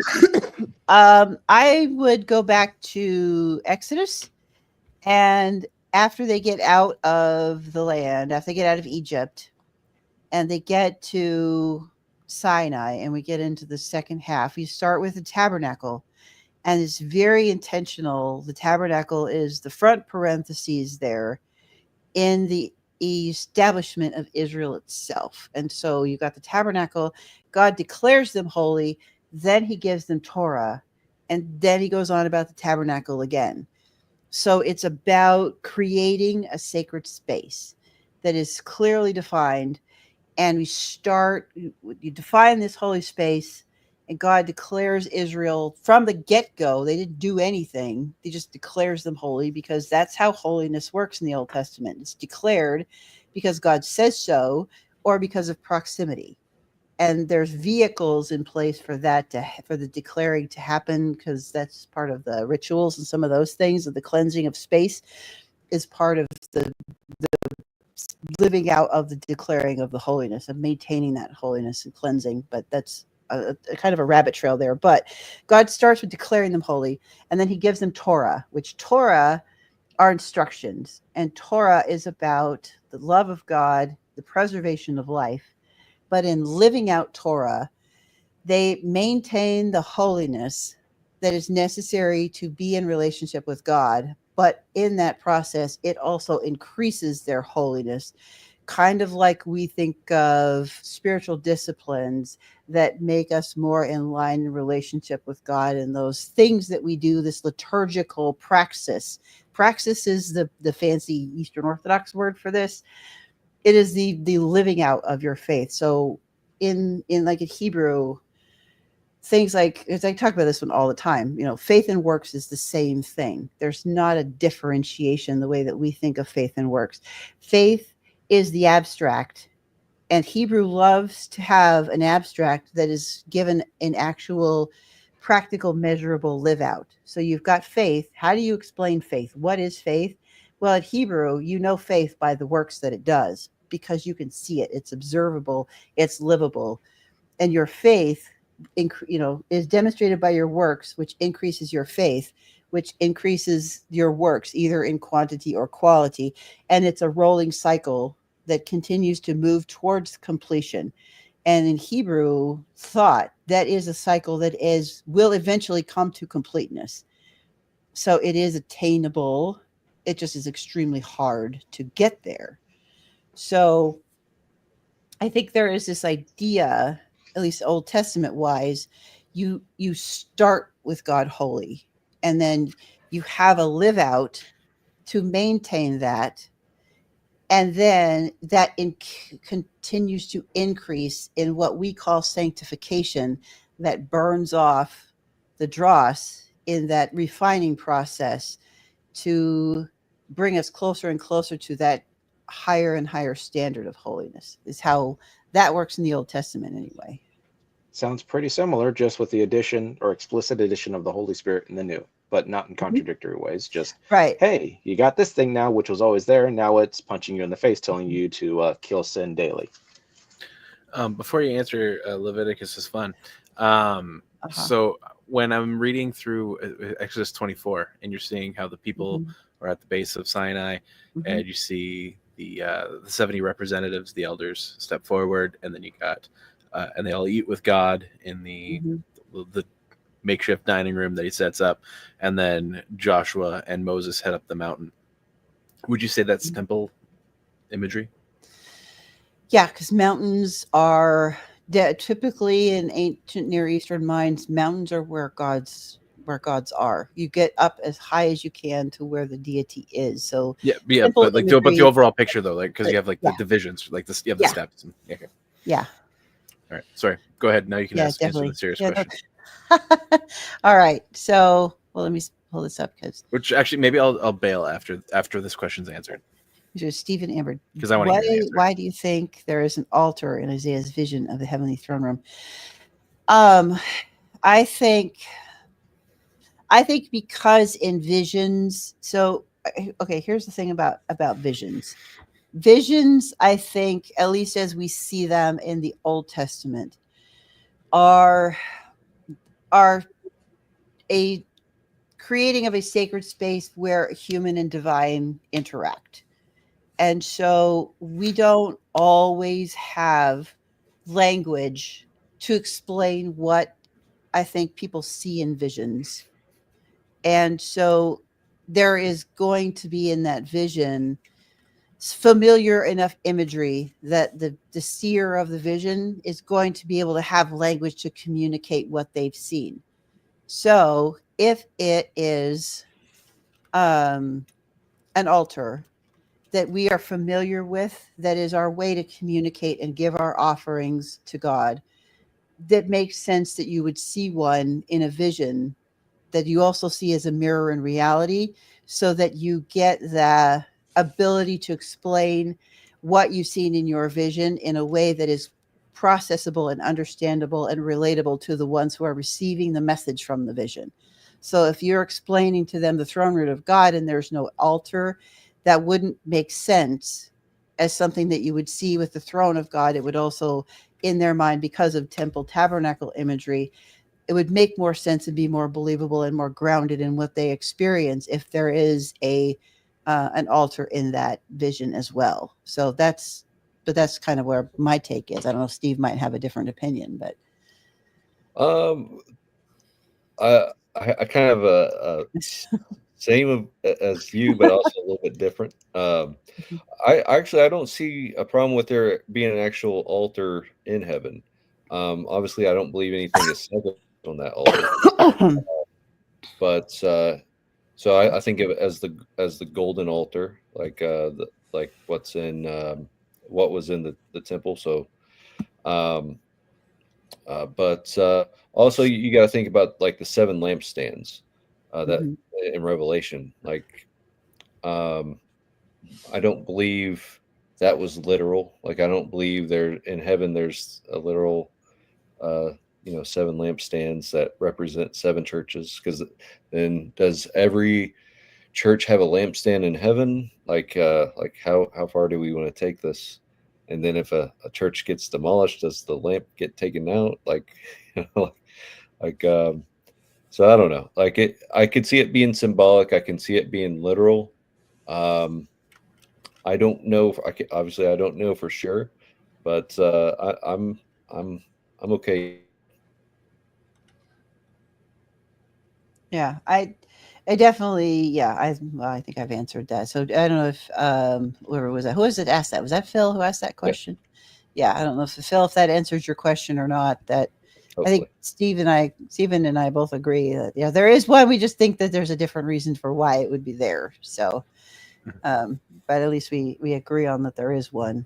So I tripped for a sec. I saw Ronnie get up and walk in what looked like absolute zero space, and for like 2 seconds I was like, and so I'm actually very annoyed now that I did that, but I felt I had to share that because this is Amber's special 300 sub stream. But for like 2 seconds, my heart was in my throat. It's like, Ronnie is it on his balcony? Ronnie's amazing with that green screen. Yeah, that was horrifying. Awesome. Ronnie, please never do that again. You're going to destroy my sanctification. I can't handle this.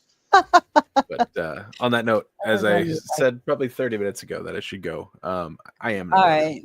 Thanks for stopping by, Steve. I appreciate it. I do. Bye, Felicia. Love you, Steve. Love you too. And have a great night, guys. Love you all. Stay out of trouble. And never. I got to preach tomorrow. Never out of trouble. I know. I'm talking church history tomorrow, man, and it's going to be funny. I'm talking Revelation 20 and the destruction of Satan and the lake of fire. So it's perfect.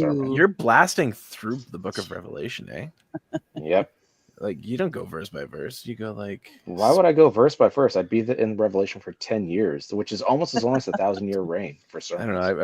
I went through Romans and it took like just under a year. But anyway, all right. Romans is too long. Yeah. But anyway, on that note, love you guys. All right. And hi, Spire Bye. King. All right, bye, Fire King. Bye, everybody. Love you. Bye. Bye. Bye, Steve. All right. And then there were 6. All right. So now that we got the really interesting questions out of the way, where did Ronnie go? He was like, because I had a question for him, but he fell off the cliff. Yeah, I guess. Legend says he's still falling. He must have to the end of the bottom of wherever the bottomless abyss goes. I don't know. That's hilarious. That's funny. All right. Does anybody have another Old Testament question that I just don't answer? So Amber, yeah, I'm waiting to get roasted on my semi-Protestant Habakkuk take. I need to know what I did wrong to fix it. So. I have to go back and look at that again. But I think you know what? I have to go back and look at that again. I slept since then. I don't know where I put my. Well, so today, today, hey, Punk's joining us too. So my family is visiting, and which I forgot when I scheduled this that's all happening at the same time because my brain just doesn't work anymore.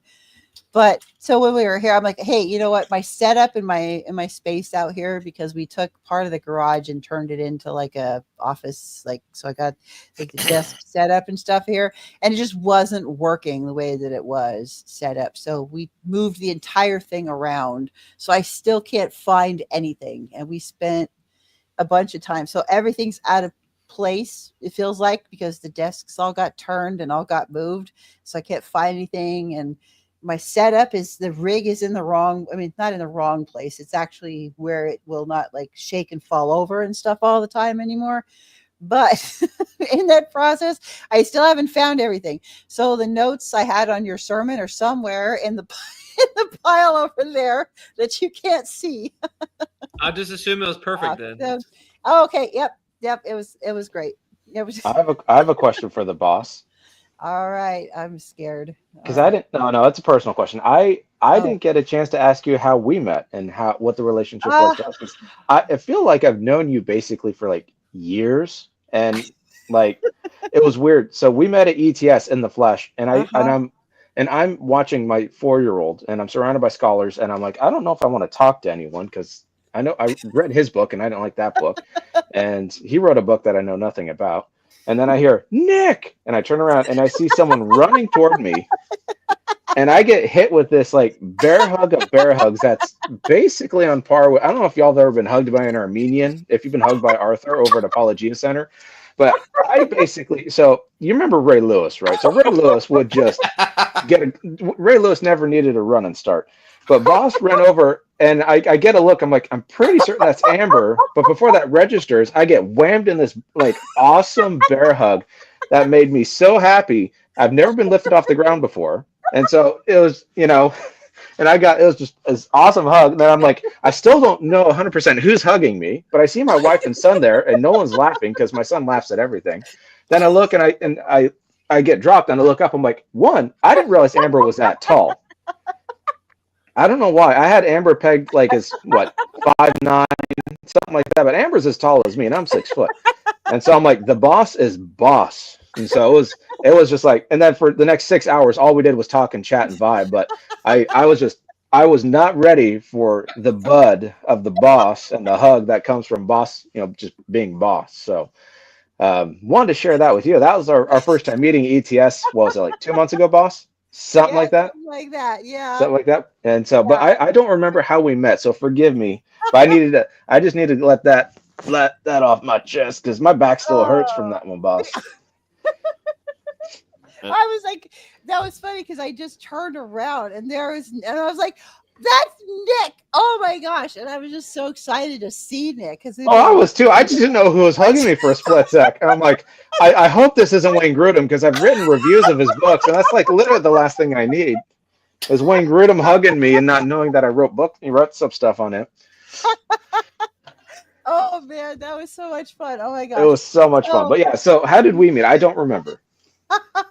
So Nick, I got a hold of Nick because I started when I started back in, I think 2019, this process to try to figure out some stuff and to sort through some pretty nasty church hurt issues and why I was having so much trouble being able to exist in a church space.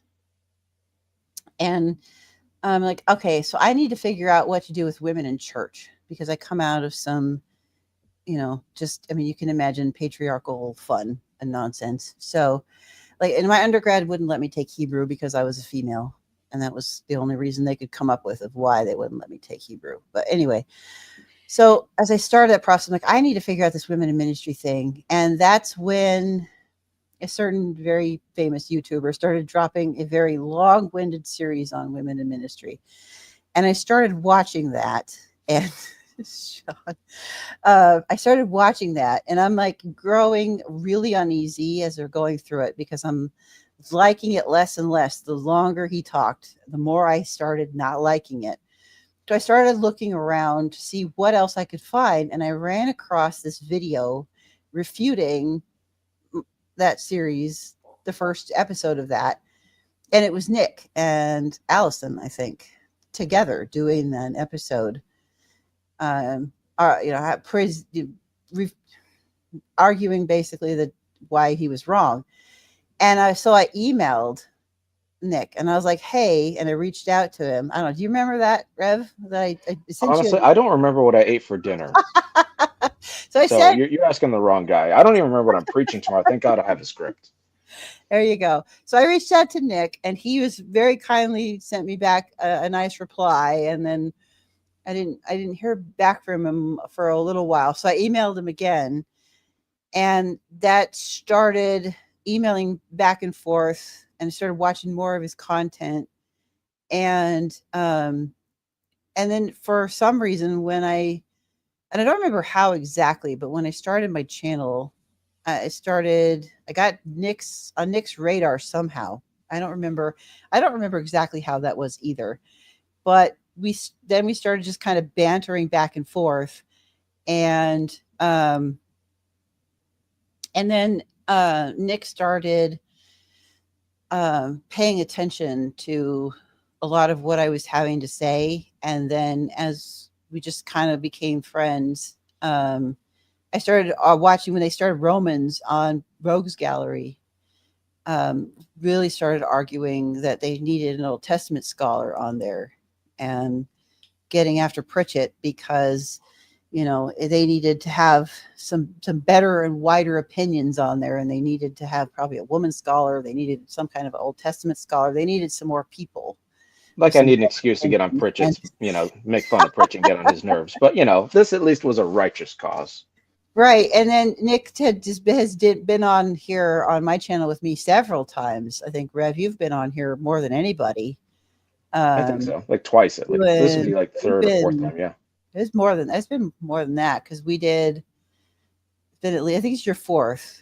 I think it's your fourth time, because I know we've done 3 different things together for sure. But the Nick, somehow I got Pritchett's attention, and then Pritchett brought me on finally for Romans, halfway through Romans 9. I think I finally got on with the Potter and the Clay episode where I had to tell Leighton that he was wrong about how he was reading the prophets, which was interesting and awesome. So, but yeah, we just kind of became, Nick and I kind of started out going back and forth, wrestling through the women in ministry issue, and just kind of our being friends developed from there. And then I found out we were both going to ETS together, and it was like, dude, we're going to get together and have tacos. And I went to his church and we just had a blast. And so definitely made a good lifetime friend, I think, for sure. Because Nick's pretty awesome. He calls me the boss, but he's the boss. She's the boss. She's the boss. Like that's just how it goes. I introduced her in my church. I didn't call her out because I hate being called out at church. But I had a few people as I walked by. We went to do the Baptist thing. We're Baptists. When you finish preaching, you're hungry, so you go eat. I pulled a few folks. I'm like, that's the boss. Like, what's her name? I'm like, that's boss. And they're like, well, what's her name? I'm like, oh yeah, her name's Amber, but that's the boss. So if you talk to her, just, that's Amber, but she's also the boss. And, oh, understood. So the elders were cool with it. That's there. Yeah, that's a great church, actually. I really enjoyed my visit there. So, but yeah, enough about that. I want to say, hey, Punk Waddle has joined us. I'm so glad you made it, Punk. I was really hoping you'd stop by. Punk's another one of my really fun friends. It's an interesting story. How we kind of became friends, but welcome to all of you the look crazy like fun. this, Oh yes, awesome. I love it. That's amazing. Yeah, I love it. Thank you so much. Even brought Lost up weight, Punk. Looking slim, bro. well, thanks. I have been trying to eat a little bit healthier. I haven't been eating out as much. More coffee, more water, less soda. Right, the Fanta. It's hard to kick. Well, I gotta hop off, but boss, congrats to getting to 300. It's a noble number of the noble 300 who stood against the waves of imperialism and aggression and violence, standing for a democracy thousands of years ago. Right. So I will chat with you later, but I gotta go be a dad. Absolutely. So blessings to all of you. And Ronnie, by the way, you scared the living snot out of me when you got up and walked away, because for a split second I thought you were walking on air and fell. And the entire time you were gone, I was just sitting here going like, I hope he comes back. I hope he can fly. And so, just so you know, you might need to rewind like 15 minutes just so you can hear my reaction as you got up and walked away. So well, let me tell you, I'm on my 5th phone right now. I keep dropping them off this cliff over here. Well, God bless y'all. Take care. Thanks for coming, Rev. I appreciate it. I get it. I'll talk to Amber. All right. Yeah, I know it's really late where you are, Josh, but thanks for coming by. I appreciate it. I really do. And I will send you my notes on Habakkuk in this week sometime. Because I do have some. I really do. I just can't remember what they are. All right. Take it easy, Josh. All right. That's fun. That's really fun. But this has been a lot of fun. We've had a good time. We really have. And we haven't got a chance to talk to Ronnie and Punk as much. So these guys, they're really fun. I really do. I appreciate it. I got to know them through Steve and through Floral from Under a Rock. And see, there you go. I love that's the good stuff. See, Ronnie is awesome. Yeah. He really is. I'm looking for something else. You know who I'm looking for. Oh yes, right? I know. There absolutely. Got to do it. That's right, man. And I'll bring PD on. Oh, thank you. I appreciate that. I really do. It's like my birth. It's not even my birthday, and I'm getting all kinds of punks coming, and we have PD, and just all kinds of good stuff here. I mean, I wasn't invited. I maybe got here late, but That's okay, because we had actually a lot more people show up. And you know what? I meant to tell Nick before he left, but Pritchett didn't show up. So I'm going to have to give Pritchett a hard time because he promised me he would be here. And Pritchett is not here. So I'll have to give him a hard time. Amber, but I got a jet too. Okay, Ernie, thank you so much. Yeah, thanks for coming. Congrats on 342. Yeah. 342? Really? I didn't even look at it today. Wow. Yeah. I'm like almost halfway to wow. That's amazing. Yeah, y'all have fun. Thanks, Ernie. I really appreciate it. I'm glad you came. All right. Have a good one. All right. Well, we are kind of getting so we'll go about 10, 15 more minutes and then we'll wrap up here because I want to get a chance to talk to Ronnie and Punk because they're here. And I'm really glad that you're both here because it's been fun. I've had a good time getting to know both of you. Yeah. We do. We're not a package, but we definitely have learned to riff together. We kind of. Well, I know this is about how we met you, but backstory. We kind of met in the chats about 3 and a half, 4 years ago. Kind of mods on the same channels, kind of some nerd stuff, and over the years have kept bantering, and kind of end up in the same place. And now that we kind of both have channels and do stuff, and we still hang out. And we've got to hang out in person, this year too. So that was pretty cool. That was a good time. So that was worth the airplane flight. Yeah. Yep. I mean, I saw a lot of things in Texas. I saw the Alamo. I saw the river. There's a river, but it's more fancy than you think. It's not just a river. It's like a boardwalk. Well, it's a river walk in San Antonio. Mm-hmm. Exactly. Yeah, it's pretty nice. Yeah. I think I've been to San Antonio once, long time ago. I don't know. But yeah, this is fun because I get to see both, hopefully, Punk and Steven this summer because I'm going down to Houston. And then from Houston, I'm going up to Evansville. And so I'm going to get to see everybody.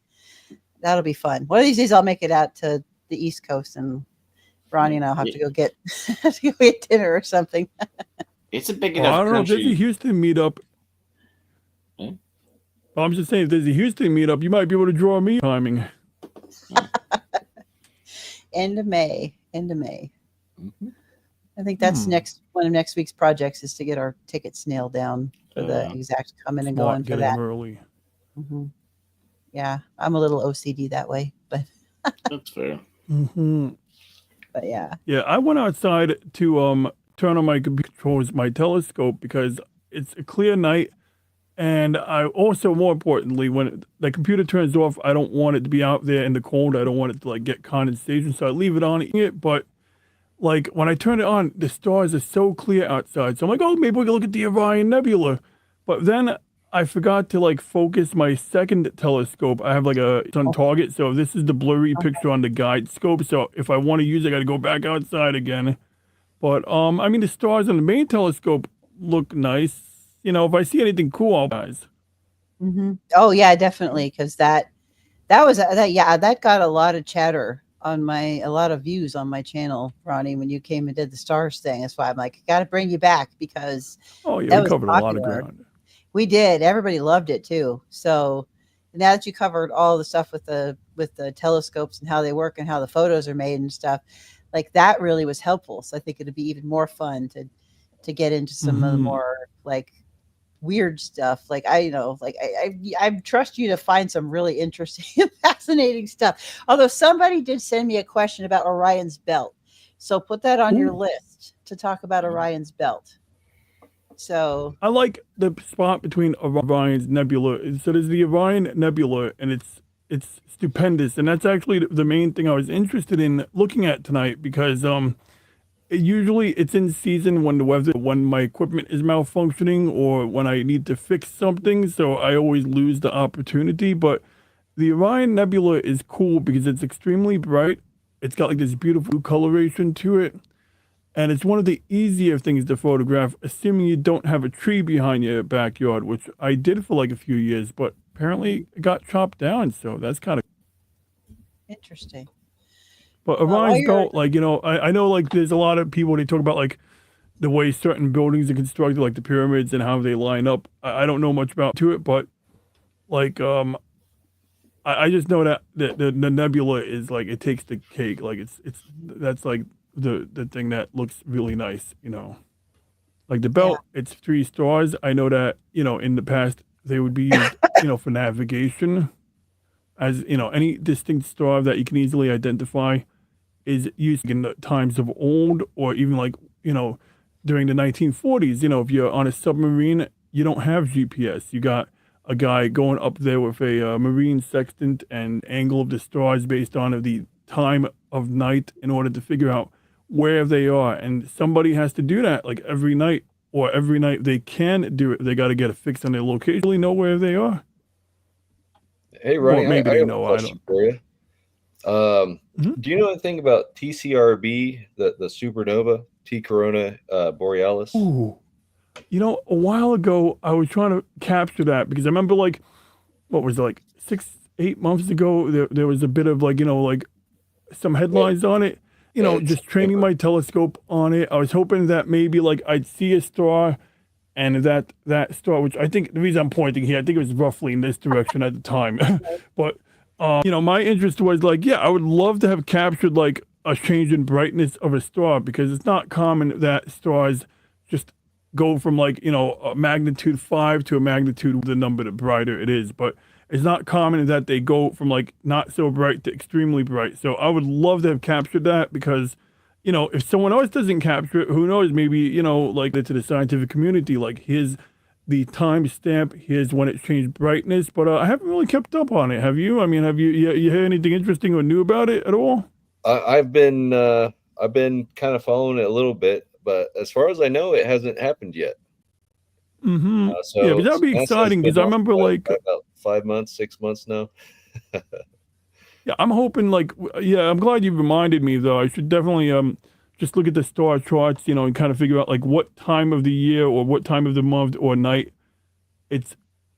Can I plan, nights around looking at it? And the best thing for me is like when the weather is not very good, when I know I can't get like a good picture of something I really want to photograph to look at, because it doesn't have to be, the atmosphere, the humidity doesn't need to be perfect in order to see the brightness change. So it's like an easy thing to kind of just like tell go, point at go to bed, let the telescope do its thing. And I have things sufficiently automated now where I can ensure that it does get a clear picture of it for like the entire time that it's. So I gotta keep that on my list.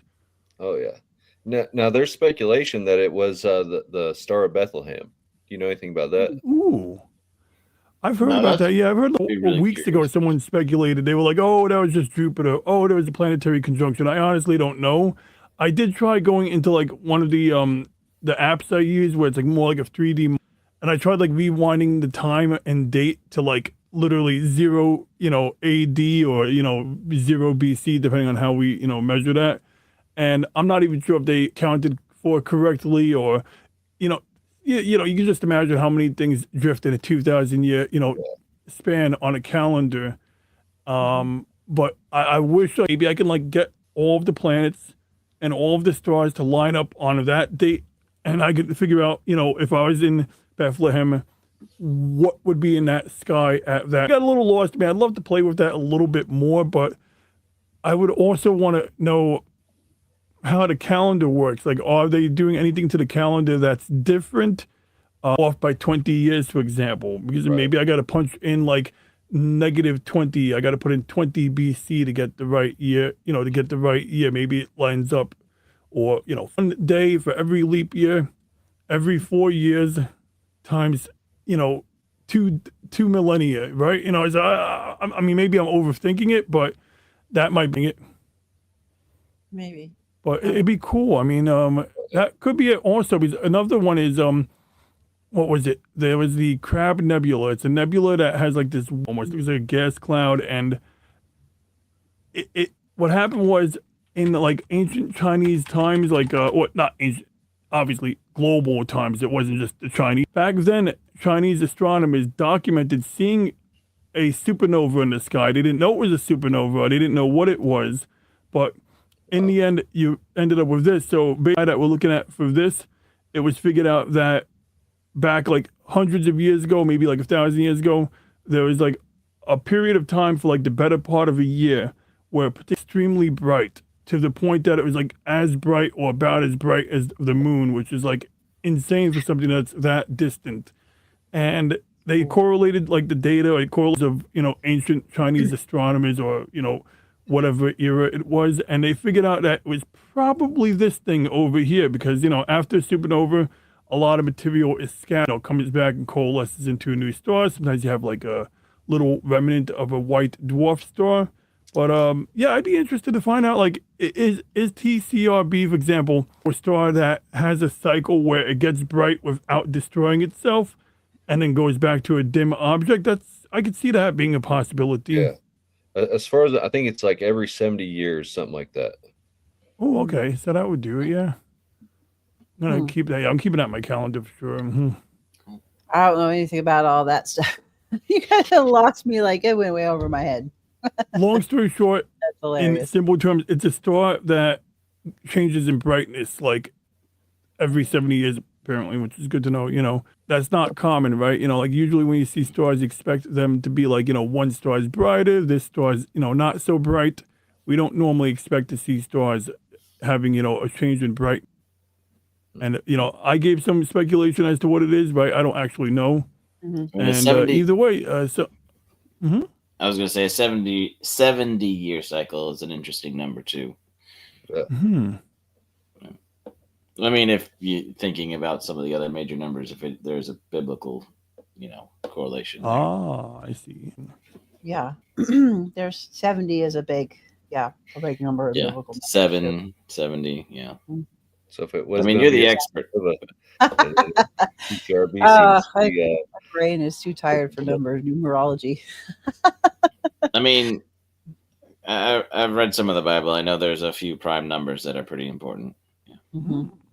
So, Ronnie, before we wrap up, gotta get the turtle cam up. Are the turtles awake at all? Like, that's one of my favorite parts. Well, let's see what we can. Every time I go to one of Ronnie's live streams, I'm like, gotta show the turtle cam. What's So Puffy? here's what we're gonna do.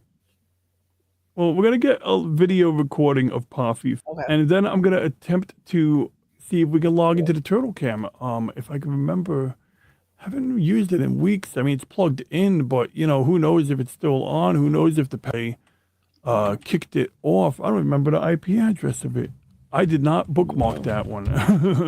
Oh, okay. While But, you're tracking that down, I want to just kind of focus over here on Punk a little bit because and I'm really glad you came because Punk was one of the people that I really have a lot of fun just talking to, especially often these. I've had him on my channel a couple of times. We've been involved in a couple of conversations, and I think we pulled you on to Faith Unaltered once. And, Yeah. And it has some good those conversations, but also having a lot of fun playing Fortnite. This is a guy who taught me how to play. Well, Right here. I'm an amateur. I'm only a casual gamer, so I'm not. I'm saying that yeah, you learn from the best, but I do what I can to help people along their way, right? Basic tools, basic, sort of thing. Yeah, and like I said, I appreciate the invite. I know I was a little bit late, and for a few different reasons, but at the same point, I do appreciate the conversation. Like some of the late night, just whatever kind of is popping off because, like I've said in other places, I'm a night owl too, and there's certain times, like the YouTube talks, like right now it's almost 11 p.m. Texas time, which is about prime time for kind of getting into that kind of the day is settled. We get to think and talk about kind of the hustle and bustle has kind of died down, right? So, yeah, I mean, I enjoy somebody to bounce things off with, and like all you guys, like, well, I don't think I've talked to you too much, but that's not out of because I'm trying to avoid you, right? It's just a newer in a situation. So, but like, the company you keep in, I don't know, but I feel like I'm rambling right now. So somebody save me. It's okay. No, it's just been a lot of fun. One of the things I love the most, I think, about being able to get to do what I get to do on YouTube, and it's just making so many different kinds of variety of friends. And I did a long stretch of being just focused on being a stay-at-home mom and just kind of doing that kind of thing. And now getting to run around and, just get to talk to a whole bunch of people and make a bunch of different friends from a bunch of, variety of backgrounds and whatever has been really fun. And getting to mix them together in this kind of space is a lot of fun too, because normally, like, you Punk and Steven, I wonder if his camera is frozen. I think his camera's, but anyway, we get Steven back there. Yeah, I think he dropped out. A crowd that some of them normally wouldn't mix together in regular spaces, but getting to bring different kinds of spaces and different kinds of people just together to talk about stuff and things and nothing and riff, and it's been fun getting to mix those communities a little bit, and Punk's been really helpful in kind of bridging some of those.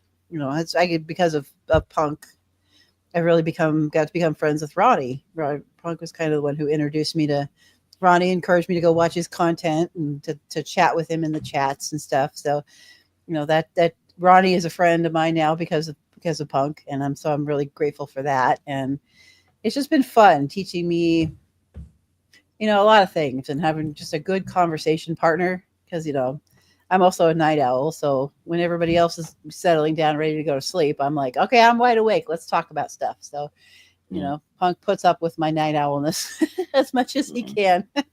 That's pretty cool. I'm a night owl too, and that's why I like having Punk Waddle on my shows sometimes on, like, 10:45, 11 o'clock, whatever, but in sometimes. And I'm tempted to go downstairs right now and turn my turtles into night owls. So the plan would be for me to come into that room and try to rotate that camera without disturbing them. Disturb them, they'll probably swim up to the camera. So there's that. On one angle, I love them. I don't want to kind of disturb their sleep. But on the other hand, they got to earn their keep. Yeah, but how about we do this? We'll save the turtles for the next time when you come on next month, but we'll start with the turtle cam because I love the turtle cam. It's one of my favorite. It's one of my favorite things. I love. If I go outside to adjust my telescope, I will potentially move that camera, but I don't want to disappear from my desk for like an extended period of time, and then that's probably not a good idea. Yeah, we don't want to disturb the turtles. That's just mean. That's true too. You're right. They're family members and respect that you give anyone else. I like turtles. Me too. Yeah. A lot. Yeah. And, I think some of it has to do with wherever you go, there you are, obviously. But more importantly, there's something to be said about the way we all resonate with certain groups in certain places, and we all gravitate towards people that, fill the same sorts of needs. So, when you go to a new town, a new situation, new city, whatever, new job, you still find people that kind of fall in the same niche in the same sort of categories to kind of fill out your status quo and your sort of coasting speed and coasting paces, right?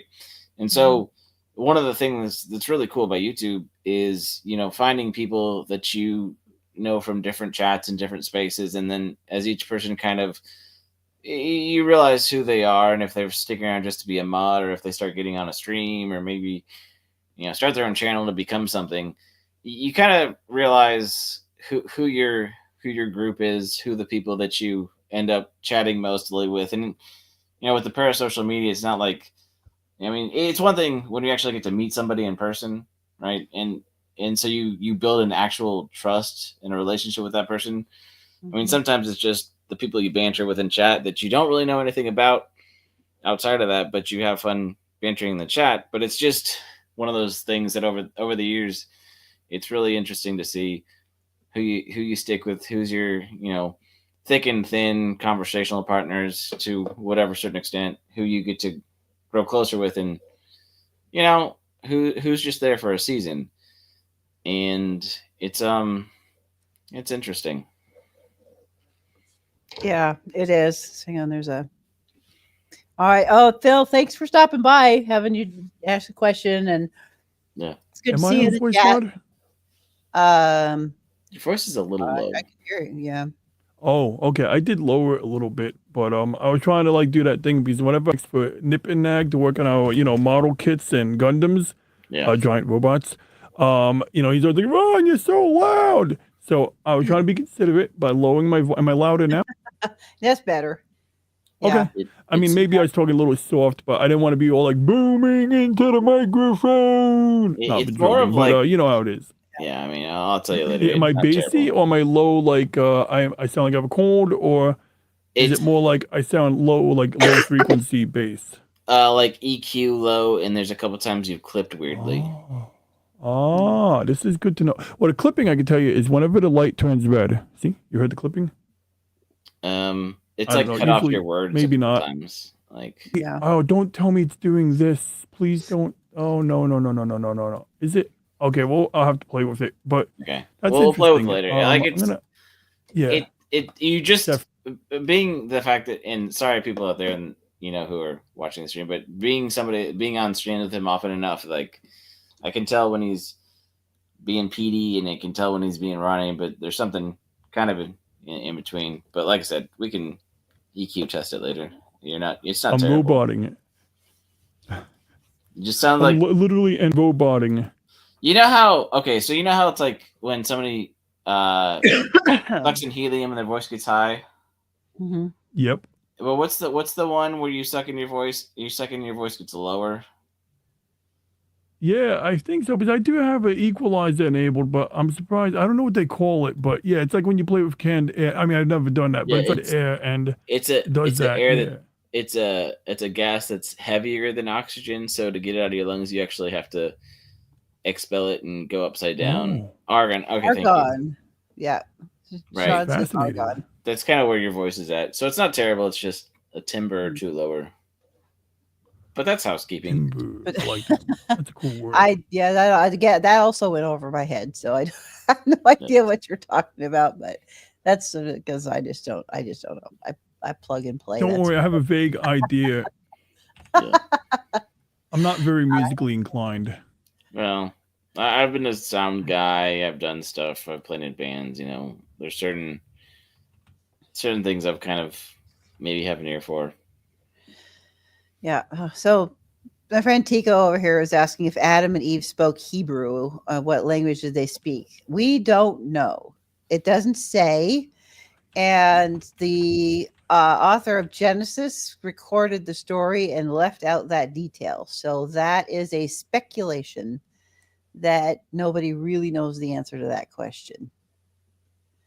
So sorry, Tico, don't have an answer for you on that.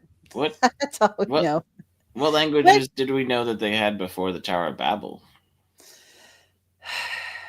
That I don't know either. The only thing we know really for sure is that there was basically one language, and then that changed at the Tower of Babel, but we don't know what that one was. It doesn't name it. It doesn't give it a name. So it was whatever was the common language before. Because clearly, Babel, we don't know. all of our written records are from after that point, right? Yeah, well, and this Hebrew is weird in that they are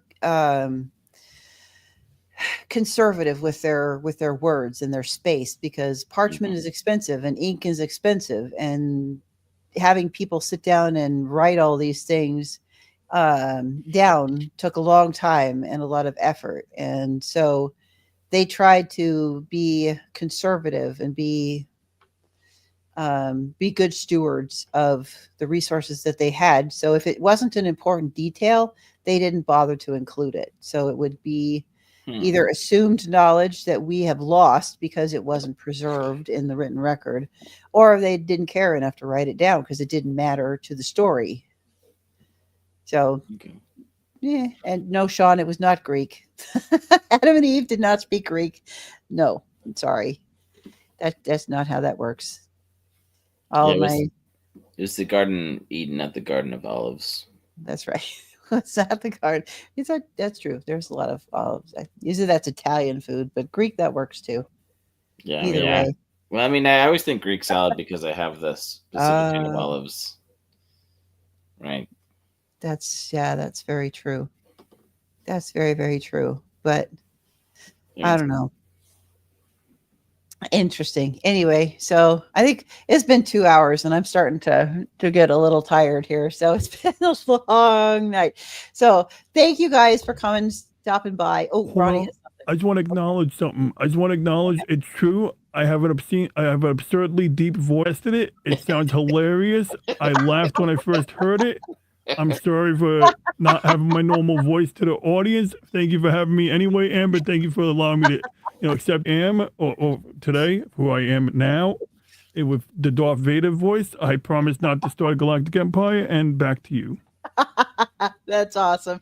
No, Ronnie, that's one of the things that I have really learned in this part of the portion of the space that I'm in now is to just let people be who they are.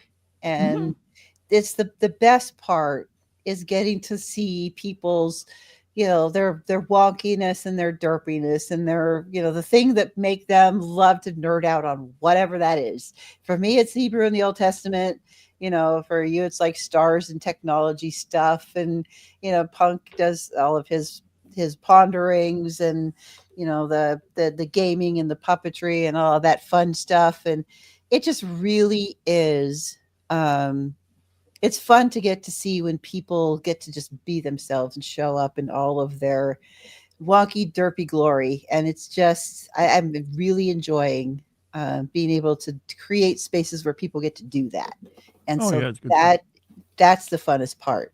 Not having to be so worried about the polished thing that looks perfect. It's about being Mhm. real and and just having fun, nerding out about the stuff we like to nerd out about. So that to me is more important. And the fact that my channel's gone up so fast, I think, is because I've gotten attention of people who seem to like that seems to resonate with them, who love just that raw curiosity and try to be that sense of wonder into things and being curious that gets people's attention. It's not that I have anything amazing to say. It's just that I like to have a lot of fun and be whimsical and curious when I explore whatever topic that we're doing. So at least that's what I think anyway. Mhm. Makes sense to me. And it is your channel, so that's true. I can say whatever I want because it's my channel. All right, guys, but we're gonna wrap up. Thanks again for coming. I really appreciate it. I had a blast. We had a bunch of really fun people. Sean, you're in trouble because you didn't show up on the stream. I know he's been in the chat, but he was invited to come on. He's in trouble, but that's okay. He'll be back to join us again, Ferrani, because that's the guy who was with us when we did that episode. Sean, I mean, the best beard on YouTube. I gotta bring him. I gotta get a good picture of the Eagle Nebula, or at least find a quality one, or try to get my own, hopefully. And 2, Darth Vader mask if I don't fix my audio issues by then, so that I'm in character. That's hilarious. I am looking forward to having both of you guys back again on my channel. We're gonna Punk. I want to get that gaming conversation set up. Talk about gaming and Christians in the gaming space and how do we navigate some of those conversations. So that's on my list of things to do. I haven't forgotten about it. It's just trying to be on 2 channels and do seminary is a lot. It's fine. I think. I mean, side note, without getting into it, there's a lot of things going on right now in the entertainment and video game, and people saying they're Christians and stuff. We should let that blow over for a minute anyway, because there's more to talk about than just the silly issues of reactionary content.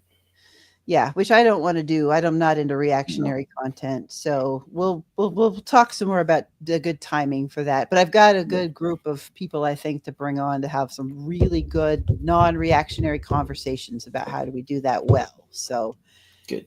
We'll definitely. But anyway, so thank you everybody for coming. It was good to see some new faces in the chat. It was good to see a bunch of friends on the screen and in the chat. And so we're gonna call it a night, and then we got Leviticus is fun part 2, or no, not Leviticus is fun. That's Phil's channel. Why Leviticus Matters part 2 is going to be coming out, and Ronnie's coming back. We're gonna look at some more amazing star stuff. Eventually, we'll get Punk back on, and we're gonna do some cool stuff with conversations about gaming and Christians and those conversations and how we do that. And I got a Torah series that I'm working on. And then I got a ton of stuff over on Faith Unaltered. So you go check that out, because that's going to be a lot of fun. My new friend Courtney and I go crazy with Hebrew and really get nuts with all of that kind of stuff. And we've got that big church project that we're working on over there about how do we get along better in different faith traditions, and how do we talk to each other in a way that's positive and constructive, and not so destructive, and not making Christianity a representative of God's love that it should be, and not of anger and division that it is at this point sometimes. So anyway, thank you all for coming. Thanks again, Ronnie. Thanks again, Punk. I really appreciate it for hanging out to the end. And I'm going to end the stream and tell everybody, go with God, be well, and I will see you again soon.